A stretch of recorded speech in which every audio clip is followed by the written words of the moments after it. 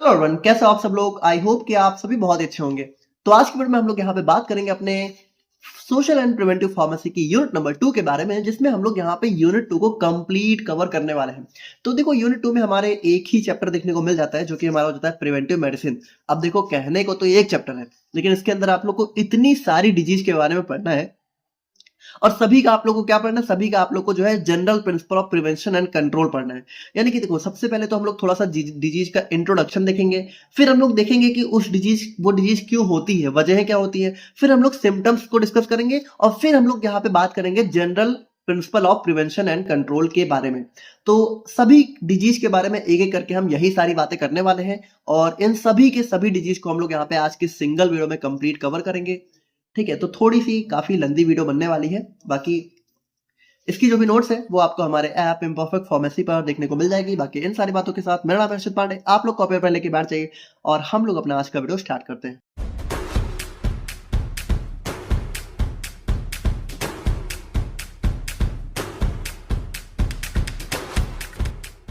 तो देखो, अगर हम लोग यहाँ पे यूनिट 2 की बात करें, तो वैसे यूनिट 2 का जो नाम है, ठीक है, या फिर जो इसके चैप्टर का नेम है, वो क्या है, वो है प्रिवेंटिव मेडिसिन। अब देखो, कहने को तो यहाँ पे मेडिसिन वर्ड लिखा हुआ है, लेकिन प्रिवेंटिव मेडिसिन से यहाँ पे मतलब ये नहीं है कि हम लोग कोई दवा ले रहे हैं। देखो, प्रिवेंटिव वर्ड का मतलब आप समझ ही चुके हो। प्रिवेंटिव वर्ड का मतलब होता है किसी चीज को होने से रोकना, है ना, होने से बचाना, अपने आप को बीमारी होने से पहले ही रोक लेना। यानी हम लोग ऐसी चीजें करें कि बीमारी हमें हो ही ना।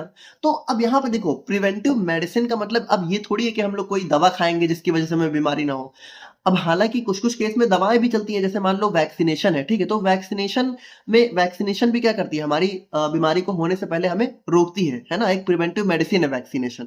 लेकिन हम लोग यहाँ पे बेसिकली बात करेंगे अपने प्रिवेंटिव मेथड्स के बारे में। जैसे यहाँ पे हम लोग मेडिसिन के बारे में डायरेक्टली बात नहीं करेंगे, बल्कि प्रिवेंटिव मेडिसिन का यहाँ पे मतलब ये है कि प्रिवेंटिव मेडिसिन हमारी प्रिवेंटिव फार्मेसी की वो ब्रांच होती है जो कि फोकस करती है on preventing disease and promoting health rather than treating illness after they occur. यानी यहाँ पे देखो, प्रिवेंटिव फार्मेसी या फिर प्रिवेंटिव मेडिसिन हमारी उन, जैसे इसका सब्जेक्ट का नाम ही क्या है, सोशल एंड प्रिवेंटिव फार्मेसी। तो यहाँ पे देखो, ये हमारा ऐसा सब्जेक्ट है जिसमें हम लोग यहाँ पे बीमारी को होने से पहले रोकते हैं, है ना। हम लोग ये फोकस नहीं करते कि हमारी बीमारी हो फिर हम लोग उसको ट्रीट करें, बल्कि बीमारी होने से पहले ही कैसे रोक सकते हैं, कैसे हम लोग ऐसी ऐसी चीजें कर सकते हैं कि बीमारी हमें हो ही ना।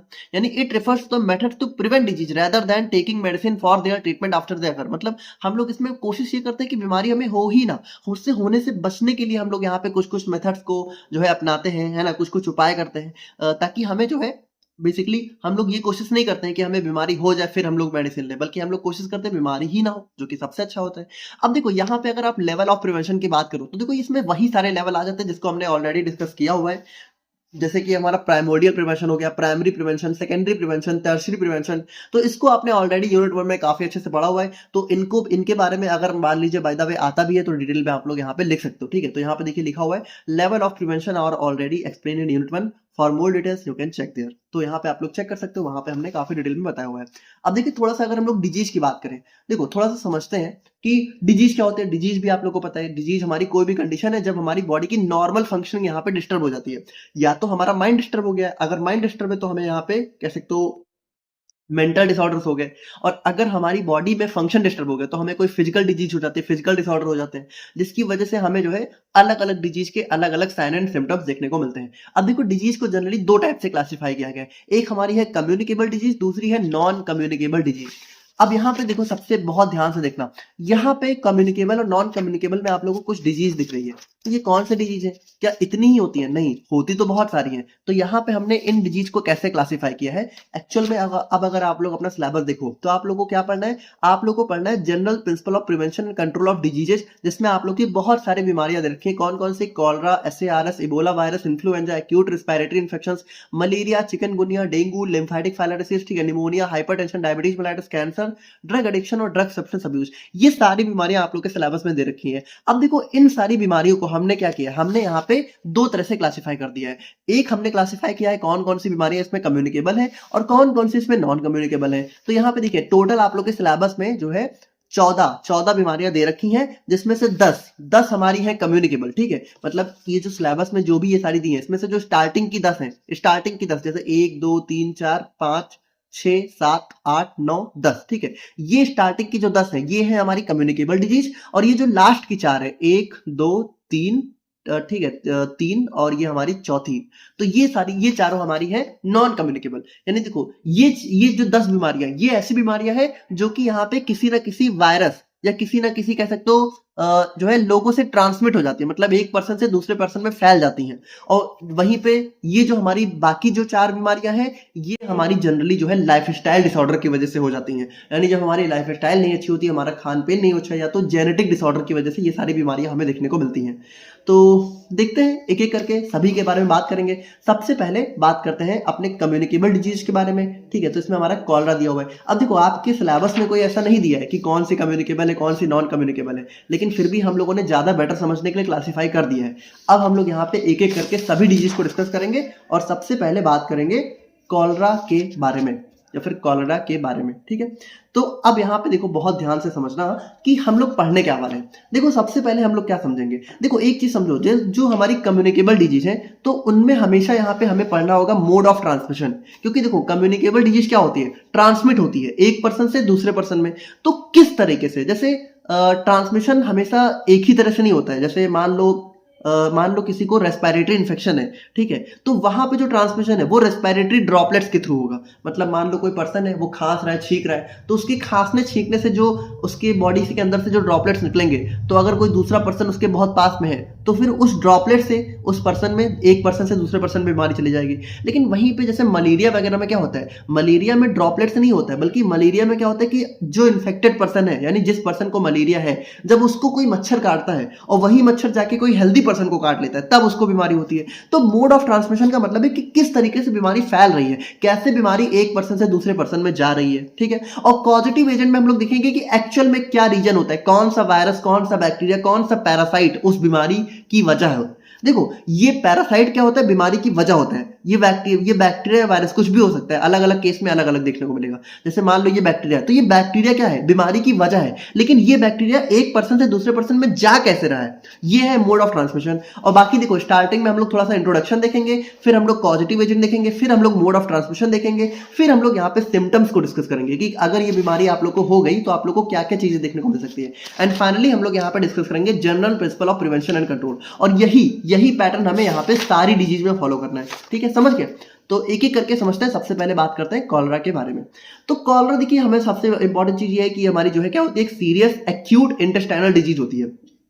देखो यहाँ पे कॉलरा में होता क्या है कि कॉलरा में सिंपली होता है डायरिया, लेकिन डायरिया नॉर्मल नहीं होता है। डायरिया का सिंपल सा मतलब क्या होता है, डायरिया को हिंदी में सिंपली यहाँ पे दस्त बोला जाता है। बाकी इसमें क्या होता है कि जैसे नॉर्मली भी देखो लोगों को डायरिया तो हो ही जाता है, लेकिन इसमें ना जो डायरिया है वो बहुत ज्यादा वाटरी होता है। मतलब यहाँ पे जो बेसिकली लूज मोशन है, ठीक है, वो इतना ज्यादा वाटरी होता है कि बॉडी से सारा वाटर फ्लश आउट होने लगता है। मतलब बॉडी का जितना पानी है, ठीक है, वो यहाँ पे क्या होता है, वो यहाँ पे डायरिया के थ्रू बॉडी से बाहर जाने लगता है, जिसकी वजह से क्या होता है, बॉडी में बहुत ज्यादा लॉस ऑफ वाटर हो जाता है। यानी बॉडी में वाटर का बहुत लॉस होगा। अब देखो भाई, बॉडी से जब इतना सारा वाटर जो है एक बार में बाहर निकलने लगेगा, तो क्या सिर्फ वाटर जाएगा, उसी वाटर में बॉडी में बहुत सारे इलेक्ट्रोलाइट होते हैं, मिनरल्स होते हैं, वो भी बॉडी से निकलने लगेंगे, जिसकी वजह से क्या होता है, हमारी बॉडी में सीवियर इलेक्ट्रोलाइट इंबैलेंस हो जाता है। और यहाँ पे देखिए भाई, एक बात बताओ, अगर हमारी बॉडी में बहुत ज्यादा वाटर लॉस होगा, ठीक है, हमारी बॉडी से सारा वाटर फ्लश आउट होने लगेगा और हम लोग कोई प्रिवेंटिव मेजर भी नहीं लेंगे, मतलब हम लोग कुछ करेंगे भी नहीं, तो क्या होगा, धीरे धीरे यही चीज हमारी जानलेवा हो सकती है। भाई अगर हमारी बॉडी में पानी बिल्कुल बचेगा ही नहीं, तो हमारी बॉडी में क्या होगा, पानी हमारी बॉडी को जिंदा रहने के लिए बहुत जरूरी है। अगर पानी हमारी बॉडी से इस तरीके से फ्लश आउट होता रहा, सारे इलेक्ट्रोलाइट चलते रहे, तो यहाँ पे क्या होगा, हमारी जो ये बीमारी है ये लाइफ थ्रेटनिंग हो सकती है, जानलेवा हो सकती है, अगर इसको टाइम से सही ट्रीट ना किया गया। तो कॉलरा देखिए वैसे तो कोई बहुत खतरनाक बीमारी नहीं होती है, इसमें डायरिया होता है, लेकिन इसका ट्रीटमेंट बहुत जरूरी है टाइम से, ठीक है। तो अगर टाइम से इसका ट्रीटमेंट हो जाता है तो ठीक, वरना फिर ये जानलेवा हो जाती है। और इसको हम लोग यहाँ पे इंटेस्टाइनल डिजीज बोलते हैं। क्यों? क्योंकि यहाँ पे जो लार्ज इंटेस्टाइन है, ठीक है, उसमें हमारा जो है कह सकते हो इरिटेशन हो जाता है, इन्फेक्शन हो जाता है, जिसकी वजह से हमें डायरिया देखने को मिलता है। समझ गए। पॉजिटिव एजेंट क्या होता है, इसका पॉजिटिव एजेंट इसके नाम में ही छुपा हुआ है, जो कि होता है विब्रियो कॉलेरा, जो कि क्या होता है, एक टाइप का ग्राम नेगेटिव बैक्टीरिया होता है, ठीक है, ध्यान रखना। विब्रियो कॉलेरा क्या होता है, ग्राम नेगेटिव बैक्टीरिया। देखो अलग अलग बीमारी में आप लोग को बैक्टीरिया, वायरस, पैरासाइट देखने को मिलेंगे। तो विब्रियो कॉलेरा में क्या होता है, बैक्टीरिया होता है। कौन सा? Vibrio cholera. ठीक है, ये चीज ध्यान रखना। मोड ऑफ ट्रांसमिशन की बात करें कि कैसे ये बीमारी एक पर्सन से दूसरे पर्सन में फैलती है, तो देखो इसका जो मेन मोड ऑफ ट्रांसमिशन होता है, बहुत ध्यान से सुनना, मेन मोड ऑफ ट्रांसमिशन होता है इसका फीकल ओरल रूट। अब फीकल क्या होता है? देखो फीकल मतलब जो फीसेज होते हैं, फीसेज मतलब कि जो स्टूल होती है, स्टूल। ठीक है, तो मान लो किसी पर्सन ने स्टूल पास करी, ठीक है, तो आजकल तो जैसे आजकल तो नहीं, लेकिन गांव वगैरह में पहले और थोड़ा सा बहुत जो मतलब बहुत ज्यादा ही जो गांव इलाके हैं वहां पे आप लोग देखोगे तो लोग खुले में क्या होता है, खुले में शौच वगैरह करने लगते हैं। ठीक है, तो अब जैसे मान लो किसी ने खुले में स्टूल पास किया, ठीक है, अब जो उसका स्टूल जो उस मिट्टी में है, ठीक है, तो उस मिट्टी में है तो क्या होगा कि मान लो उसके ऊपर कोई मक्खी बैठ गई, ठीक है, अब वही मक्खी उड़ के मान लो आप लोग के खाने में आ गई, तो क्या हुआ कि देखो उसके फीसेज में, समझ लो इंसान का जो फीसेज होता है, जो इन्फेक्टेड पर्सन होता है, जिस पर्सन को कॉलरा है, ठीक है, जब उसको डायरिया आता है तो डायरिया से जो स्टूल वो पास करता है उसी स्टूल में ये बैक्टीरिया होता है। ठीक है, अब वही उसी स्टूल से वो बैक्टीरिया क्या होता है, मान लो किसी भी तरह, जैसे अगर मान लो वही स्टूल किसी पानी में पास हो रहा है, ठीक है, और वही पानी जो है किसी ना किसी मीडियम से जो है आगे चल के आप लोग के जो है पीने वाले पानी में कन्वर्ट होके आ रहा है, ठीक है, तो वहां से भी जो है देखो फीकल ओरल रूट का मतलब है कि एक इन्फेक्टेड पर्सन के फीकल से, ठीक है, फीसेस से, या फिर एक इन्फेक्टेड पर्सन के स्टूल से और यहाँ पे एक हेल्दी पर्सन के माउथ तक यहाँ पे वो बैक्टीरिया ट्रैवल करता है। तो अब कैसे करता है? डायरेक्टली थोड़ी करता है, ठीक है, डायरेक्टली नहीं करता है, इनडायरेक्टली करता है। इनडायरेक्टली कैसे? जैसे मान लो किसी इन्फेक्टेड पर्सन ने, ठीक है, स्टूल पास किया, ठीक है, स्टूल पास किया और यहाँ पे देखिए, यहाँ पे इस स्टूल पे क्या हुआ कि कोई मक्खी आके बैठ गई, तो वो मक्खी अगर मान लो किसी हेल्दी पर्सन के खाने पे भी जाके बैठ गई, ठीक है, तो वहां पे वो पर्सन अगर वो खाना खाया तो उसको हो सकता है। और क्या तरीका है? और अगर मान लो ये जो स्टूल पास हुआ, ठीक है, अब अगर मान लो ये किसी सीवेज में जाके मिल गया, पानी में जाके मिल गया, ठीक है, फिर यही पानी किसी तरह मान लो अगर जो है फिल्टर वगैरह हो के थोड़ा बहुत, ठीक है, अगर ये हमारे जो है खाने पीने के पानी में आ रहा है, ठीक है, तो भी हमें इन्फेक्शन हो सकता है। और उसके बाद मान लो कि जो इन्फेक्टेड पर्सन है, ठीक है, जिसने यहाँ पे स्टूल पास किया, अगर मान लो वो अपना अच्छे से हैंड वॉश नहीं कर रहा है, ठीक है, और फिर वो जाके जो है ऐसा खाना खा रहा है या फिर ऐसे खाने की चीजों को टच कर रहा है जो कि दूसरे हेल्दी लोग खाने वाले, तो फिर वहां पे भी वो बैक्टीरिया क्या हो सकता है, उसके स्टूल से और जो है हेल्दी पर्सन के माउथ तक पास हो सकता है। तो इस तरीके से जो है इसका मोड ऑफ ट्रांसमिशन होता है। बाकी देखो अब ये कैसे कैसे हो सकता है, तो वही चीज है कि ड्रिंकिंग डर्टी और कंटामिनेटेड वाटर। तो डर्टी और कंटामिनेटेड वाटर का मतलब यही है कि यहाँ पे जैसे जो पानी है, ठीक है, अगर उस पानी में मान लो गंदगी है, ठीक है, उस पानी को उस इन्फेक्टेड पर्सन ने छुआ है, तो अगर आपने पी लिया, किसी हेल्दी पर्सन ने पी लिया तो उसमें भी चला जाएगा। फिर कंटामिनेटेड तो वही बात है कि अगर कोई ऐसा फूड आप लोग खा रहे हो जहां पे वो बैक्टीरिया है तो वहां पे भी जा सकता है। उसके बाद पुअर हाइजीन, अब वही बात है कि भाई जो इन्फेक्टेड पर्सन है या फिर जो भी नॉर्मल हेल्दी पर्सन भी है, अगर वो साफ सफाई नहीं रख रहे, खाने को धुल के नहीं खा रहे, तो फिर वहां पे भी जो है हमारा विब्रियो कॉलरा बैक्टीरिया जो है उनके मुंह में जा सकता है। ठीक है, और माउथ से यहाँ पे ये वो जो है इंटेस्टाइन तक पहुंच जाता है। अब सिम्टम्स की बात करें तो देखो सबसे मेजर सिम्टम क्या है इसका, भाई डायरिया में क्या होता है, वाटरी स्टूल्स होते हैं। अब इसमें बहुत ज्यादा लूज वाटरी स्टूल होता है, ये सबसे इंपॉर्टेंट चीज है। ठीक है, जैसे डायरिया नॉर्मल जो है थोड़ा सा नॉर्मल ही होता है, ठीक है, उसमें इतना भी नहीं होता है, लेकिन ये वाला जो कॉलरा वाला डायरिया होता है इसमें बहुत ज्यादा वाटरी स्टूल हमें देखने को मिलता है। वोमिटिंग होती है, जैसे इसमें देखो एक तो स्टूल डायरिया तो हो ही रहा है, ठीक है, वहां से बॉडी का पानी जा रहा है, ऊपर से यहाँ पे वोमिटिंग भी हो सकती है, तो वहां से भी पानी का जा रहा है। अब देखो वोमिटिंग डायरिया इन दोनों से बॉडी में जितना पानी है वो लॉस हो रहा है, तो अब जब बॉडी से सारा पानी लॉस हो जाएगा तो क्या होगा, बॉडी में डिहाइड्रेशन हो जाएगा, तो ये भी इसका एक सिम्टम हो सकता है। उसके बाद थर्स्ट एंड वीकनेस, तो देखो ये सभी सिम्टम आएंगे इसी से। ऐसे अब भाई सिंपल सी बात है, जब आपकी बॉडी से सारा पानी चला जाएगा तो आप लोग को प्यास लगेगी, बहुत कमजोरी महसूस होगी, हाइपोटेंशन। देखो भाई हमारी बॉडी में जो वाटर होता है वही तो ब्लड प्लाज्मा का मेजर पोर्शन होता है। अब जब हमारी बॉडी से सारा वाटर चला जाएगा तो हमारे ब्लड वॉल्यूम भी कम हो जाएगा। ब्लड वॉल्यूम कम होगा तो क्या होगा, हमारा बीपी लो हो जाएगा, ब्लड प्रेशर कम हो जाएगा। अब जब बीपी लो होगा तो हाइपोटेंशन बोलते हैं उसी चीज को। अब वहां पे सिंपल सी बात है, हमारी बॉडी से जब सारा वाटर लॉस होने लगेगा तो हमारी स्किन और हमारा माउथ बहुत ड्राई लगने लगेगा। और यहाँ पे देखिए सीवियर केस, मतलब अगर बहुत ज्यादा केस अगर सीवियर हो जाए, खतरनाक हो जाए, तो वहां पे जो है हाइपोवॉल्यूमिक शॉक भी आ सकता है। ठीक है, जो कि हमारा ब्लड वॉल्यूम कम होने से ही आता है, और यहाँ पे पेशेंट की डेथ भी हो सकती है। तो ये हमारे जो है देखिए कॉलरा के कुछ सिम्टम्स हैं जो कि हमें देखने को मिल सकते हैं। अब मेन चीज आप लोग याद रखा, डायरिया। डायरिया से आप लोग सारी चीजें याद रख सकते हो। ठीक है, बहुत लूज वाटरी जो है डायरिया हमें देखने को मिलता है। तो अब हम लोग यहाँ पे बात करते हैं कि कैसे हम लोग यहाँ पे कॉलरा को प्रिवेंट और कंट्रोल कर सकते हैं। अब यहाँ पे देखो, जैसा कि हमने देखा कि जो हमारा कॉलरा है वो किस वजह से होता है, विब्रियो कॉलरा से। और मेनली विब्रियो कॉलरा का ट्रांसमिशन कैसे होता है, एक इन्फेक्टेड पर्सन के फीसेस से एक हेल्दी पर्सन के माउथ के थ्रू, है ना। तो अब हमें क्या करना है, हमें यहाँ पे माउथ माउथ मतलब कि आप कुछ खाने पीने में ऐसी चीज खा सकते हो जिससे आप लोग को कॉलरा हो सकता है। तो खाने पीने वाली सारी चीजों का हमें ध्यान रखना होगा, यही तो होगा प्रिवेंशन। तो देखो सबसे सिंपल सबसे इंपॉर्टेंट हो जाता है वाटर सप्लाई, ठीक है। तो हमें हमेशा या तो बॉइल्ड वाटर पीना है या तो हमें फिल्टर्ड वाटर पीना है। क्यों? क्योंकि जो वाटर सप्लाई हमें मिल रही है हमें नहीं पता कि उसके अंदर हमारा जो है ये कॉलरा बैक्टीरिया भी हो सकता है। उसके बाद यहाँ पे देखिए प्रोटेक्ट वाटर सोर्सेज। अब यहाँ पे देखो मान लो आपने कोई पानी निकाल के रख लिया, ठीक है। अब यहाँ पे हमें जो है उसको ढक के रखना है, या तो किसी भी पर्सन ने अगर टच कर लिया तो हमें तो नहीं पता ना कि कौन इन्फेक्टेड है, क्योंकि तुरंत नहीं पता होता है। तो वहां पे हमें जो है रखा हुआ पानी नहीं पीना है, ये सारी चीजें अवॉइड करनी है। फिर सैनिटेशन, देखिए हमें अपना एटलीस्ट हमें जो है अपना सैनिटेशन जो है मेंटेन रखना है, अपने आप को सैनिटाइज करना है। और उसके बाद जो ह्यूमन वेस्ट है, देखो ह्यूमन वेस्ट से ही हमारा कॉलरा जो है फैलता है, ठीक है। फीसेस से जो है या तो स्टूल से कह सकते हो। तो जो ह्यूमन वेस्ट है उसका प्रॉपर डिस्पोजल, जैसे मान लो अब जैसे जो लोग मान लो वॉशरूम वगैरह जा रहे हैं, ठीक है, तो उनको प्रॉपर फ्लश करके आना है। उसके बाद प्रॉपर अपना हाथ धुलना है। ओपन डेफेकेशन मतलब ओपन में बिल्कुल भी नहीं करना है। पर्सनल हाइजीन, तो पर्सनल हाइजीन का मतलब है कि आप अपने आप हैंड वॉश करते रहो रेगुलर, है ना। फूड की हाइजीन मेंटेन रखो, यानी हमेशा साफ सुथरा बिल्कुल ताज़ा फ्रेश निकाला हुआ फूड खाओ। और फूड सेफ्टी में देखिए आपको हमेशा जो है फ्रेशली कुक्ड फूड खाना है। मतलब यहाँ पे देखो खाने को हमेशा कुक करके खाना है। क्यों? क्योंकि खाना गर्म करने पे क्या होता है कि ज़्यादातर चीज़ें जो है बैक्टीरिया वगैरह कुछ होता भी है तो वो उसमें खत्म हो जाते हैं, मर जाते हैं, ठीक है। हमें यहाँ पे अनकुक्ड या फिर स्ट्रीट फूड, तो भाई वही बात है, देखो स्ट्रीट फूड क्यों अवॉइड करना चाहिए, बहुत सी प्रॉब्लम है। अभी आप लोग देखोगे और भी कितनी कितनी प्रॉब्लम है। हमें हमेशा जो है वेजिटेबल्स और फ्रूट्स को जो है वॉश करके खाना है। हेल्थ एजुकेशन यानी हमें लोगों तक अवेयरनेस फैलानी है कि भाई आप लोग थोड़ा सा जो है खाने वगैरह को ध्यान से खाओ, अपना फूड हाइजीन मेंटेन रखो। क्यों? वरना आप लोग को कॉलरा वगैरह हो सकता है। इनकरेज कम्युनिटी पार्टिसिपेशन, तो वही बात है कि अगर यहाँ पे कोई कैंप वगैरह चल रहा है तो वहाँ पे ज़्यादातर लोग पार्टिसिपेट करें, हमें उसको इनकरेज करना चाहिए। उसके बाद यहाँ पे अगर किसी को हो गया है मान लो कॉलरा, ठीक है, तो सबसे पहले तो उसको ओआरएस का यूज करना चाहिए। क्यों? क्योंकि यहाँ पे जो इलेक्ट्रोलाइट का इम्बैलेंस होता है उसको रीबैलेंस करने में ओआरएस बहुत हेल्पफुल होता है। ओआरएस में वो सारे जरूरी इलेक्ट्रोलाइट्स होते हैं जो कि बॉडी को चाहिए होते हैं।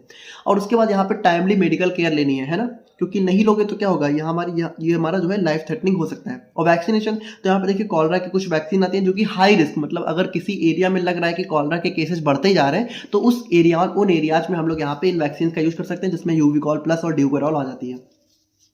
तो देखिए ये हमारा कॉलरा हो गया, ठीक है। और इसी के बारे में ये सारी बातें हमें बेसिकली लिखनी होती है। अब देखिए जनरली एग्जाम में क्वेश्चन कैसे आता है, या तो आप लोगों से कोई एक डिजीज पूछेंगे 5 या 7 नंबर में, जिसके लिए इतना कंटेंट मोर देन इनफ है, और या तो आप लोगों से 2-3 डिजीज को मिला के पूछ लेंगे, जिसके लिए हमारे यहाँ पे 10 नंबर का क्वेश्चन आ सकता है, जो कि आप लोग के लिए 4-5 पेज 6 पेज बन जाएगा, जो कि मोर देन सफिशियंट रहेगा, ठीक है। और फिर हम लोग यहाँ पे अगर SARS की बात करें तो SARS हमारा जो है नेक्स्ट हमारी डिजीज हो जाती है। अब इसका फुल फॉर्म क्या होता है? इसका फुल फॉर्म होता है हमारे यहाँ पे सीरियस एक्यूट रेस्पिरेटरी सिंड्रोम, ठीक है।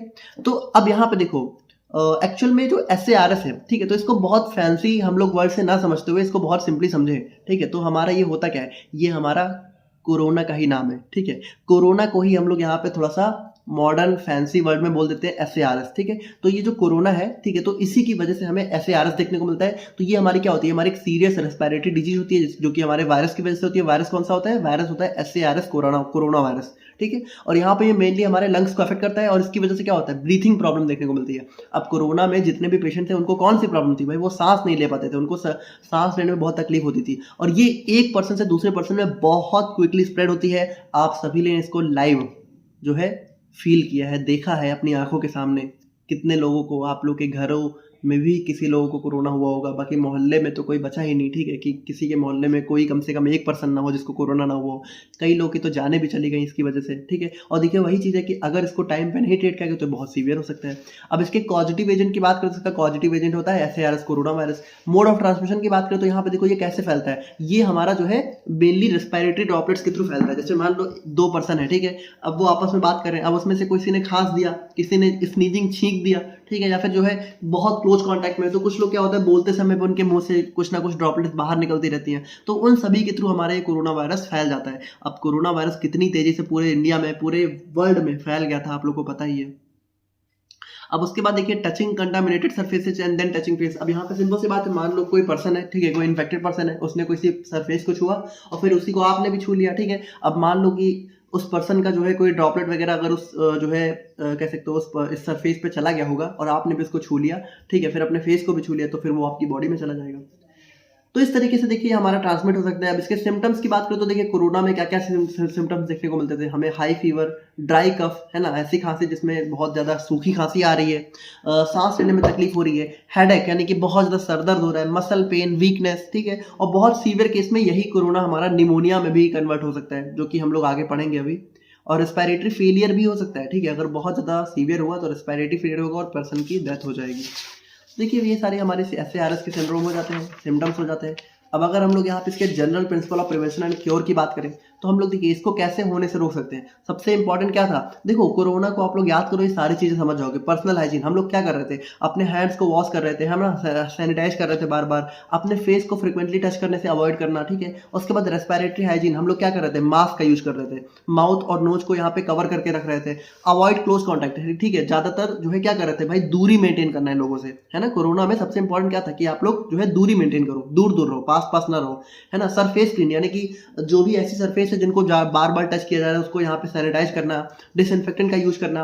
अर्ली डायग्नोसिस, है ना, सिम्टम्स को जो है बहुत जल्दी पहचानना, अगर किसी को ऐसे खांसी वगैरह बहुत ज्यादा आ रही है तो उसको तुरंत ही डायग्नोस कराना। Person isolate infected person to prevent spread, और यहाँ पे हम लोग क्या कर रहे थे, आइसोलेशन, ठीक है। आइसोलेशन वर्ड सबसे पहले हमने वहां पे हमने जो है कोरोना के टाइम में सुना था, है ना। आइसोलेट कर दे रहे थे लोगों को, क्वारंटाइन आपने सुना होगा, है ना। तो ये सारी चीजें हमने उसी कोरोना के टाइम सुनी। मेडिकल केयर, तो यहाँ पे देखिए सिंपल सी बात है, मेडिकल केयर हमें लेनी ही है। Get supportive treatment for symptoms, और यहाँ पे जो भी सिम्टम्स हैं तो उन सिम्टम्स के अकॉर्डिंग हम लोग ट्रीटमेंट ले रहे थे। जैसे अब देखो कोरोना में क्या था, कोरोना कैसे हो रहा था, जो जिसकी इम्यूनिटी वीक थी उसी को कोरोना वायरस अफेक्ट कर रहा था, जिसकी इम्यूनिटी स्ट्रांग थी वो तो लड़ ले रहा था, ठीक है। और हेल्थ एजुकेशन की बात करें तो हमें यहाँ पे अवेयरनेस फैलानी है लोगों में कि जागरूक रहिए, अपने आप को, अपना हाइजीन मेंटेन रखिए, अपना हेल्दी खाना खाइए, इम्यूनिटी स्ट्रांग रखिए। इबोला वायरस, तो नेक्स्ट हम लोग यहाँ पे बात करते हैं, नेक्स्ट हमारा आता है इबोला वायरस। अब इबोला वायरस देखो नाम से ही क्लियर है कि हमारा ये एक वायरस होता है इबोला, उसी की वजह से हमें ये डिजीज देखने को मिलती है। तो इबोला वायरस डिजीज हमारी एक बहुत ही rare but severe and often deadly viral disease होती है। मतलब यहाँ पे देखो होती तो ये बहुत रेयर ही है ना, इतने केसेज इसके देखने को नहीं मिलते, लेकिन होती बड़ी खतरनाक है ये। क्योंकि करती क्या है, ध्यान से सुनना, ये हमारे इम्यून सिस्टम को डैमेज कर देती है। और जो हमारी बॉडी में ब्लड क्लॉटिंग की सेल्स होती हैं, ठीक है, मतलब ऐसी सेल्स जो कि ब्लड क्लॉटिंग में अपना रोल प्ले करती हैं, उनकी लेवल्स को रिड्यूस कर देती हैं। जैसे प्लेटलेट्स वगैरह को बहुत कम कर देती है, जिसकी वजह से क्या होता है कि हमारी जो ब्लीडिंग है वो बहुत ही अनकंट्रोल्ड और सीवियर हो जाती है। मतलब यहाँ पे आप ये समझो, जैसे मान लो आप लोग को चोट वोट लगी, ठीक है, तो फिर वो खून बहता ही रहेगा, रुकेगा ही नहीं। या फिर इंटरनल ब्लीडिंग भी हो सकती है, मतलब नाक से खून आना, कान से खून आना, ये सारी चीजें हो सकती हैं। और this disease spreads quickly and can lead to organ failure and death if not treated early, ठीक है। और यहाँ पे देखिए वही चीज है कि यहाँ पे ये जो है बहुत ज्यादा कह सकते हो हार्म कर सकती है अगर इसको सही समय पर ट्रीट नहीं किया गया, ऑर्गन फेल हो सकता है और डेथ हो सकती है पेशेंट की। अब इसका पॉजिटिव एजेंट क्या होता है, हमारा इबोला वायरस नाम से ही क्लियर है, जो कि हमारा फिलो वायरस ग्रुप का एक हमारा जो है मेंबर होता है। मोड ऑफ ट्रांसमिशन की बात करें तो ये कैसे फैलता है, तो ये भी हमारा जो है, अब ये देखो ये जो है इन्फेक्टेड पर्सन की बॉडी फ्लूइड से फैलता है। बॉडी फ्लूइड का मतलब क्या है, मतलब कुछ भी ऐसा लिक्विड जो कि उसकी बॉडी से आया हो, जैसे blood, vomit, saliva, sweat, urine, मतलब उस ह्यूमन की बॉडी का कोई भी पार्ट, ठीक है, जो कि लिक्विड होता है, अगर वो हमारा है, जैसे वो यूरिन हो सकता है, स्वेट पसीना हो सकता है, सलाइवा हो सकता है, उसका ब्लड हो सकता है, उसने कुछ वॉमिट किया हो, इन सभी चीजों में हमारा इबोला वायरस हो सकता है। और ये हमारा एक पर्सन से दूसरे पर्सन में फैल सकता है, ठीक है। तो अब अगर मान लो कोई भी पर्सन है जो कि उस पर्सन के स्वेट से कांटेक्ट में आ गया, जैसे मान लो कोई पर्सन है उसने कोई ऐसी चीज छुई, ठीक है, जिसको पेशेंट ने भी छुई हो, ठीक है, वहां पे उसका पसीना रह गया हो, उसका स्वेट रह गया हो, तो फिर वहां से ट्रांसफर हो सकता है। सलाइवा तो देखिए वही चीज है कि मान लो कोई बहुत क्लोज कांटेक्ट में है, ठीक है, तो बात करते समय अगर उसका कुछ ड्रॉपलेट निकल गया, उसका कुछ सलाइवा निकल गया जो कि दूसरे पर्सन के माउथ में चला गया, तो उससे हो सकता है, ठीक है। ब्लड मतलब कि मान लो उस पेशेंट का इलाज चल रहा हो, तो जो लोग उसका इलाज कर रहे हैं अगर उसके ब्लड को सही से ना हैंडल किया तो उसके ब्लड से भी जा सकता है।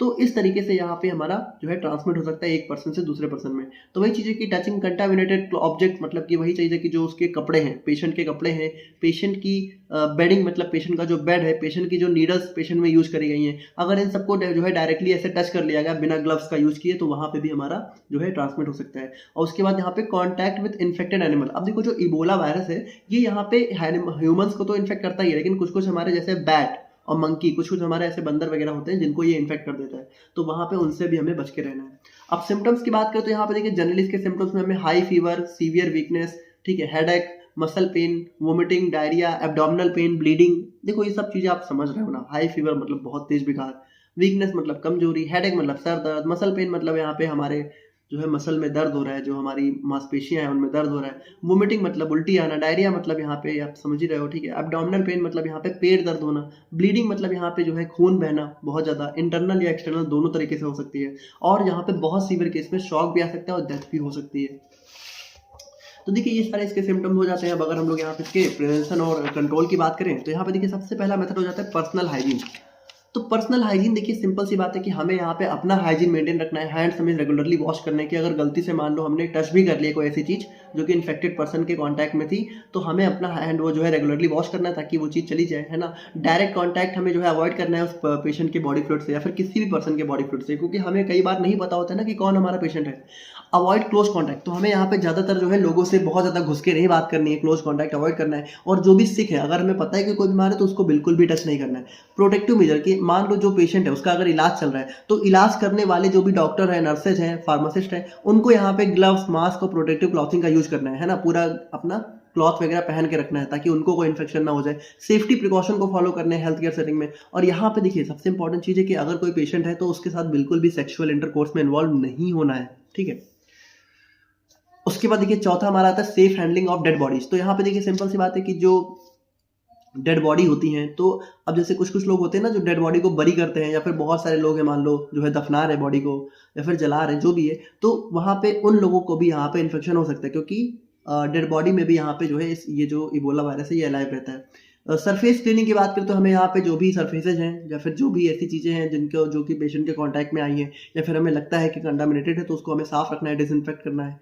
अर्ली जहाँ जो है सिम्टम्स को बहुत जल्दी पहचानना है और ज़्यादा से ज़्यादा हमें कोशिश करनी है कि बहुत जल्दी उसका ट्रीटमेंट हो जाए। और हमें लोगों तक यह अवेयरनेस फैलानी है कि देखिए ये सारे वायरस हो सकते हैं, इसलिए आप लोग को बच के रहना चाहिए। तो ये सारे हमारे general principle of prevention and control में आ जाते हैं इबोला वायरस के। अब नेक्स्ट हम लोग यहाँ पे बात करें अपने इन्फ्लुएंजा के बारे में। तो देखिए इन्फ्लुएंजा हमारी एक वायरल रेस्पिरेटरी डिजीज होती है, ठीक है। और यहाँ पे इसी इन्फ्लुएंजा को हम लोग यहाँ पे ध्यान से सुनना फ्लू के नाम से भी जानते हैं, ठीक है। फ्लू आपने बहुत सुना होगा। तो फ्लू क्या होता है? फ्लू बेसिकली इन्फ्लुएंजा का ही दूसरा नाम होता है। और ये हमारा मेनली जो है नोज, थ्रोट और लंग्स को अफेक्ट करता है, ठीक है। और ये एक पर्सन से दूसरे पर्सन में बहुत इजीली फैल जाता है ड्यूरिंग सीजनल आउटब्रेक्स। मतलब देखो जनरली जो इन्फ्लुएंजा होता है वो सर्दी के सीजन में बहुत ज़्यादा देखने को मिलता है। देखो आउटब्रेक का मतलब होता है जब अचानक से बहुत ज़्यादा लोगों में केसेस देखने को मिले किसी बीमारी के, तो उसको बोलते हैं आउटब्रेक, मतलब उस बीमारी का आउटब्रेक हो गया। और सीजनल मतलब कि किसी पार्टिकुलर सीजन में, तो जैसे ठंडी में ज़्यादा देखने को मिलता है विंटर्स के सीजन में। और यहाँ पे देखो वैसे इन्फ्लुएंजा के ज़्यादातर केसेस जो है माइल्ड होते हैं, ट्रीट हो जाते हैं। लेकिन अगर कोई बच्चा है या बहुत बूढ़ा पेशेंट है या तो कोई वीक इंडिविजुअल है जिसकी इम्यूनिटी नहीं स्ट्रांग है, तो उनको यहाँ पे ये सीरियसली जो है इन्फेक्ट कर सकता है, उनको हार्म कर सकता है, ठीक है। तो हमें इसका भी ध्यान देना जरूरी है। बाकी आप ये समझो कि जो इन्फ्लुएंजा वायरस होता है, ठीक है, तो इन्फ्लुएंजा बेसिकली इन्फ्लुएंजा वायरस की वजह से होता है, ठीक है। इसी के नाम में इसका नाम छुपा है वायरस का। और यहाँ पे देखिए इन्फ्लुएंजा के भी बहुत सारे टाइप होते हैं, जैसे influenza A, influenza B, influenza C. और इन्फ्लुएंजा ए हमारा सबसे कॉमन होता है। और यहाँ पे देखिए इन्फ्लुएंजा ए की जो सरफेस होती है उसमें हमें दो तरह के प्रोटीन देखने को मिलते हैं। एक हम लोग बोलते हैं, एक को बोलते हैं हीमेग्लूटिनिन, और एक को हम लोग बोलते हैं न्यूरामिनिडेज, ठीक है।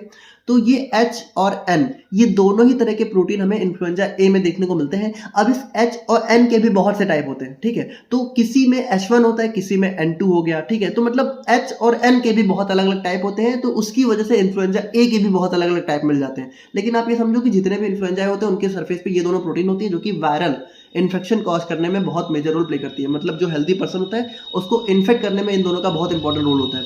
अब इन्फ्लुएंजा सी की बात करें तो ये हमारा जो है ऑर्थोमाइक्सोविरिडेई फैमिली से बिलोंग करता है। और मतलब ये जितने भी इन्फ्लुएंजा है, ठीक है, इन्फ्लुएंजा ए, बी, सी। और मोड ऑफ ट्रांसमिशन की बात करें तो इन्फ्लुएंजा मेनली हमारा रेस्पिरेटरी ड्रॉपलेट्स के थ्रू जो है एक पर्सन से दूसरे पर्सन में जाता है, ठीक है। मतलब वही बात है कि आप बहुत ज़्यादा क्लोज कॉन्टैक्ट में हो या फिर ऐसी चीज़ें छू रहे हो जो कि हमारा पर्सन ने छुई हुई है, तो उन सारी तरीकों से यहाँ पे इन्फ्लुएंजा जो है जा सकता है। अब सिम्टम्स की बात करें तो हम सिम्टम्स में हमें क्या क्या देखने को मिलता है? हमारा फीवर हो गया, कफ हो गया, सोर थ्रोट हो गया, ठीक है, रनी या फिर ब्लॉक नोज, है ना, बिल्कुल सांस ही नहीं ले पा रहे, हेडेक हो गया, बॉडी एक, देखो हेडेक मतलब सर दर्द, तो बॉडी एक मतलब पूरी बॉडी में दर्द हो गया, है ना, पूरी बॉडी में दर्द है, फटीग है, बहुत ज़्यादा थकावट है, और बहुत सीवियर केस में यहाँ पे ब्रीथिंग डिफिकल्टी, और इसी इन्फ्लुएंजा की वजह से निमोनिया भी हो सकता है। तो देखो अभी निमोनिया आप लोग पढ़ोगे तो निमोनिया में आप लोग देखोगे तो निमोनिया किसी पार्टिकुलर रीजन की वजह से नहीं होता है, बल्कि बहुत सारे वायरस की वजह से हमें निमोनिया हो सकता है। निमोनिया क्या होता है? निमोनिया कह सकते हो एक कॉम्प्लिकेशन होती है बहुत सारी बीमारियों की, है ना। बहुत सारी बीमारियां आगे चल के निमोनिया में कन्वर्ट हो सकती हैं। तो निमोनिया भी हम लोग पढ़ेंगे तब आप लोग समझोगे।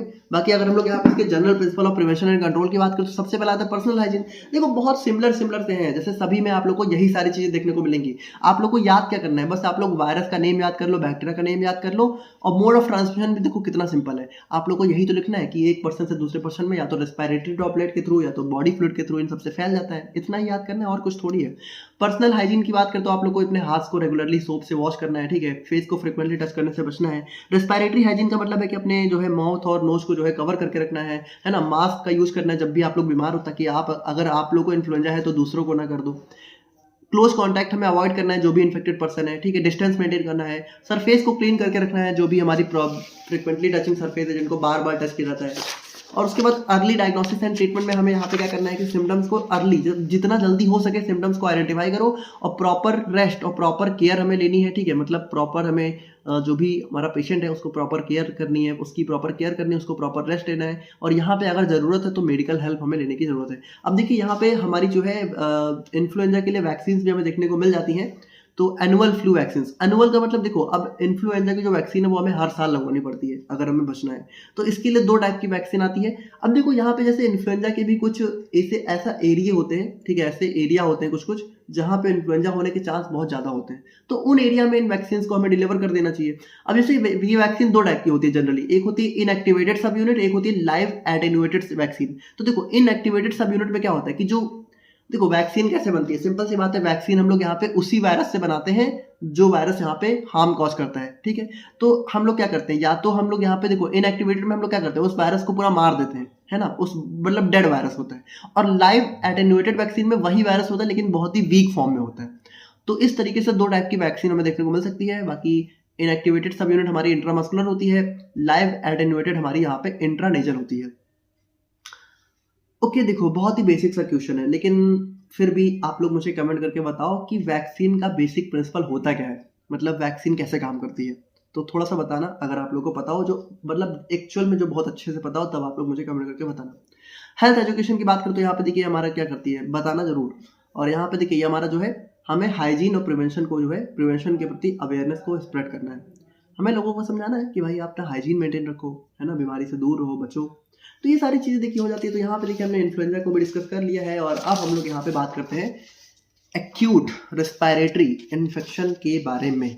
अब यहाँ पे देखो एक्यूट रेस्पिरेटरी इन्फेक्शंस की बात करें तो नाम से ही क्लियर है, एक्यूट मतलब कि जो थोड़ा सा कम टाइम के लिए होता है, मतलब बहुत ही जल्दी होता है, जल्दी खत्म भी हो जाता है। बाकी रेस्पिरेटरी मतलब हमारे जो रेस्पिरेटरी सिस्टम है उसमें कोई इन्फेक्शन होता है, यानी कि लंग्स, एयरवे, थ्रोट, नोज, इन सभी जगह इन्फेक्शन हो सकता है। बाकी देखिए यहाँ पे ये बहुत ही जो है सडनली होता है, और यहाँ पे बहुत ही कॉमन होता है चिल्ड्रंस में, जो बच्चे होते हैं वहां पे जो है जनरली देखने को मिल जाता है।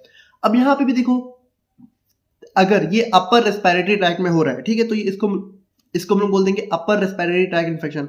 और अगर वो नीचे की तरफ हो रहा है यानी लंग्स वगैरह में हो रहा है तो हमारा होता है लोअर रेस्पिरेटरी ट्रैक इन्फेक्शन। अब इसके कॉजेटिव एजेंट क्या होता है, देखो कोई एक रीजन नहीं है, बल्कि इसके बहुत सारे रीजन हो सकते हैं। जैसे ये वायरसेस की वजह से भी हो सकता है, बैक्टीरिया की वजह से भी हो सकता है, बहुत सारे अलग अलग वायरस की वजह से हो सकता है, बहुत सारे अलग अलग बैक्टीरिया की वजह से हो सकता है। वायरस में हमारे influenza virus, corona virus, adeno virus, rhino virus. Bacteria में हमारे स्ट्रेप्टोकोकस निमोनिया, हीमोफाइलस इन्फ्लुएंजा, ये सारे हमारे जो है कुछ वायरस और बैक्टीरिया हो सकते हैं।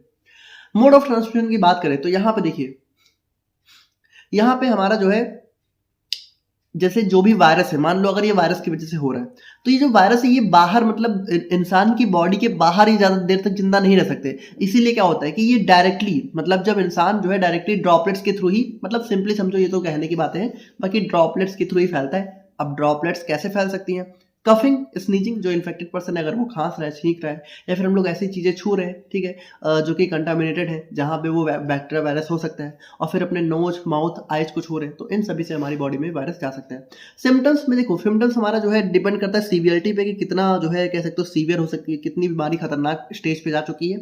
बाकी यहाँ पे सिम्टम्स में जनरली क्या क्या देखने को मिलता है, कफ, फीवर, सोर थ्रोट यानी गले में खराश हो सकती है, रनी या ब्लैक नोज हो सकती है, ठीक है, मतलब कि हो सकता है कि या तो आप लोग की नाक बहे या तो बिल्कुल ही जाम हो जाए, ठीक है।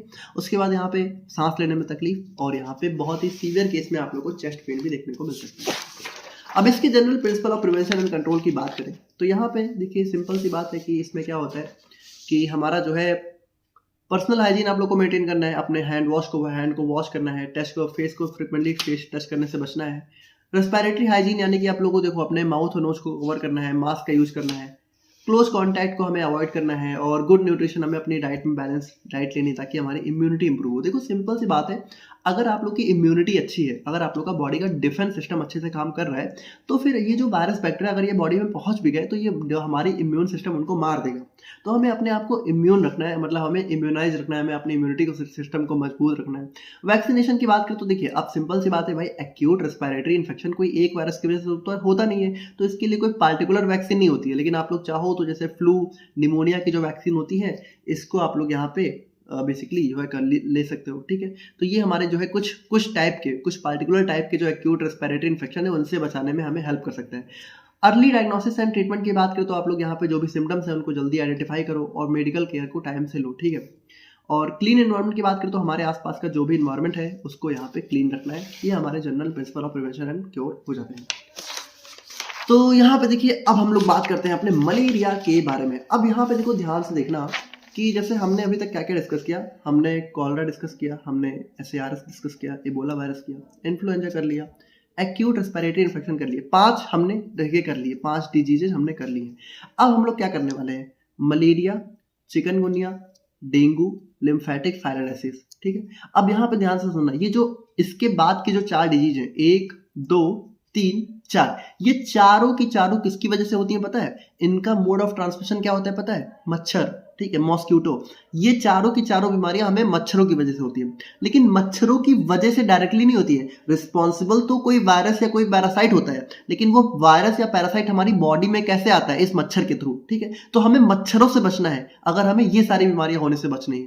तो देखते हैं एक एक करके। सबसे पहले बात करते हैं मलेरिया के बारे में। अब देखो मलेरिया आप लोगों ने 6th सेम में बहुत अच्छे से पढ़ा है, ठीक है। मेडिसिनल और फार्माकोलॉजी दोनों में ही हमारा टॉपिक था, हमने काफी अच्छे से देखा था, इसकी पूरी साइकिल डिस्कस करी थी। आई होप कि आप लोगों को थोड़ा बहुत याद हो। इसमें क्या होता है कि इसमें जो भी हमारा कह सकते हो मॉस्क्यूटो होता है जो कि इन्फेक्टेड होता है, ठीक है, इन्फेक्टेड मॉस्क्यूटो की वजह से हमें यहाँ पे मलेरिया देखने को मिलता है।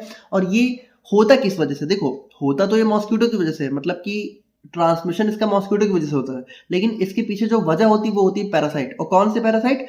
प्लाज्मोडियम पैरासाइट, ठीक है। प्लाज्मोडियम पैरासाइट हमारी वो वजह होती है जिसकी वजह से हमें मलेरिया देखने को मिलता है। और ये प्लाज्मोडियम पैरासाइट हमारी बॉडी में कैसे आता है? तो बॉडी में हमारी एक मॉस्क्यूटो होता है, फीमेल एनाफिलस मॉस्क्यूटो, ठीक है। तो ये फीमेल एनाफिलस मॉस्क्यूटो की जब हमें काटती हैं, मतलब हर मच्छर की वजह से मलेरिया नहीं होता है, लेकिन हमें थोड़ी पता है कि कौन से मच्छर की वजह से होता है, कौन से की वजह से नहीं होता है।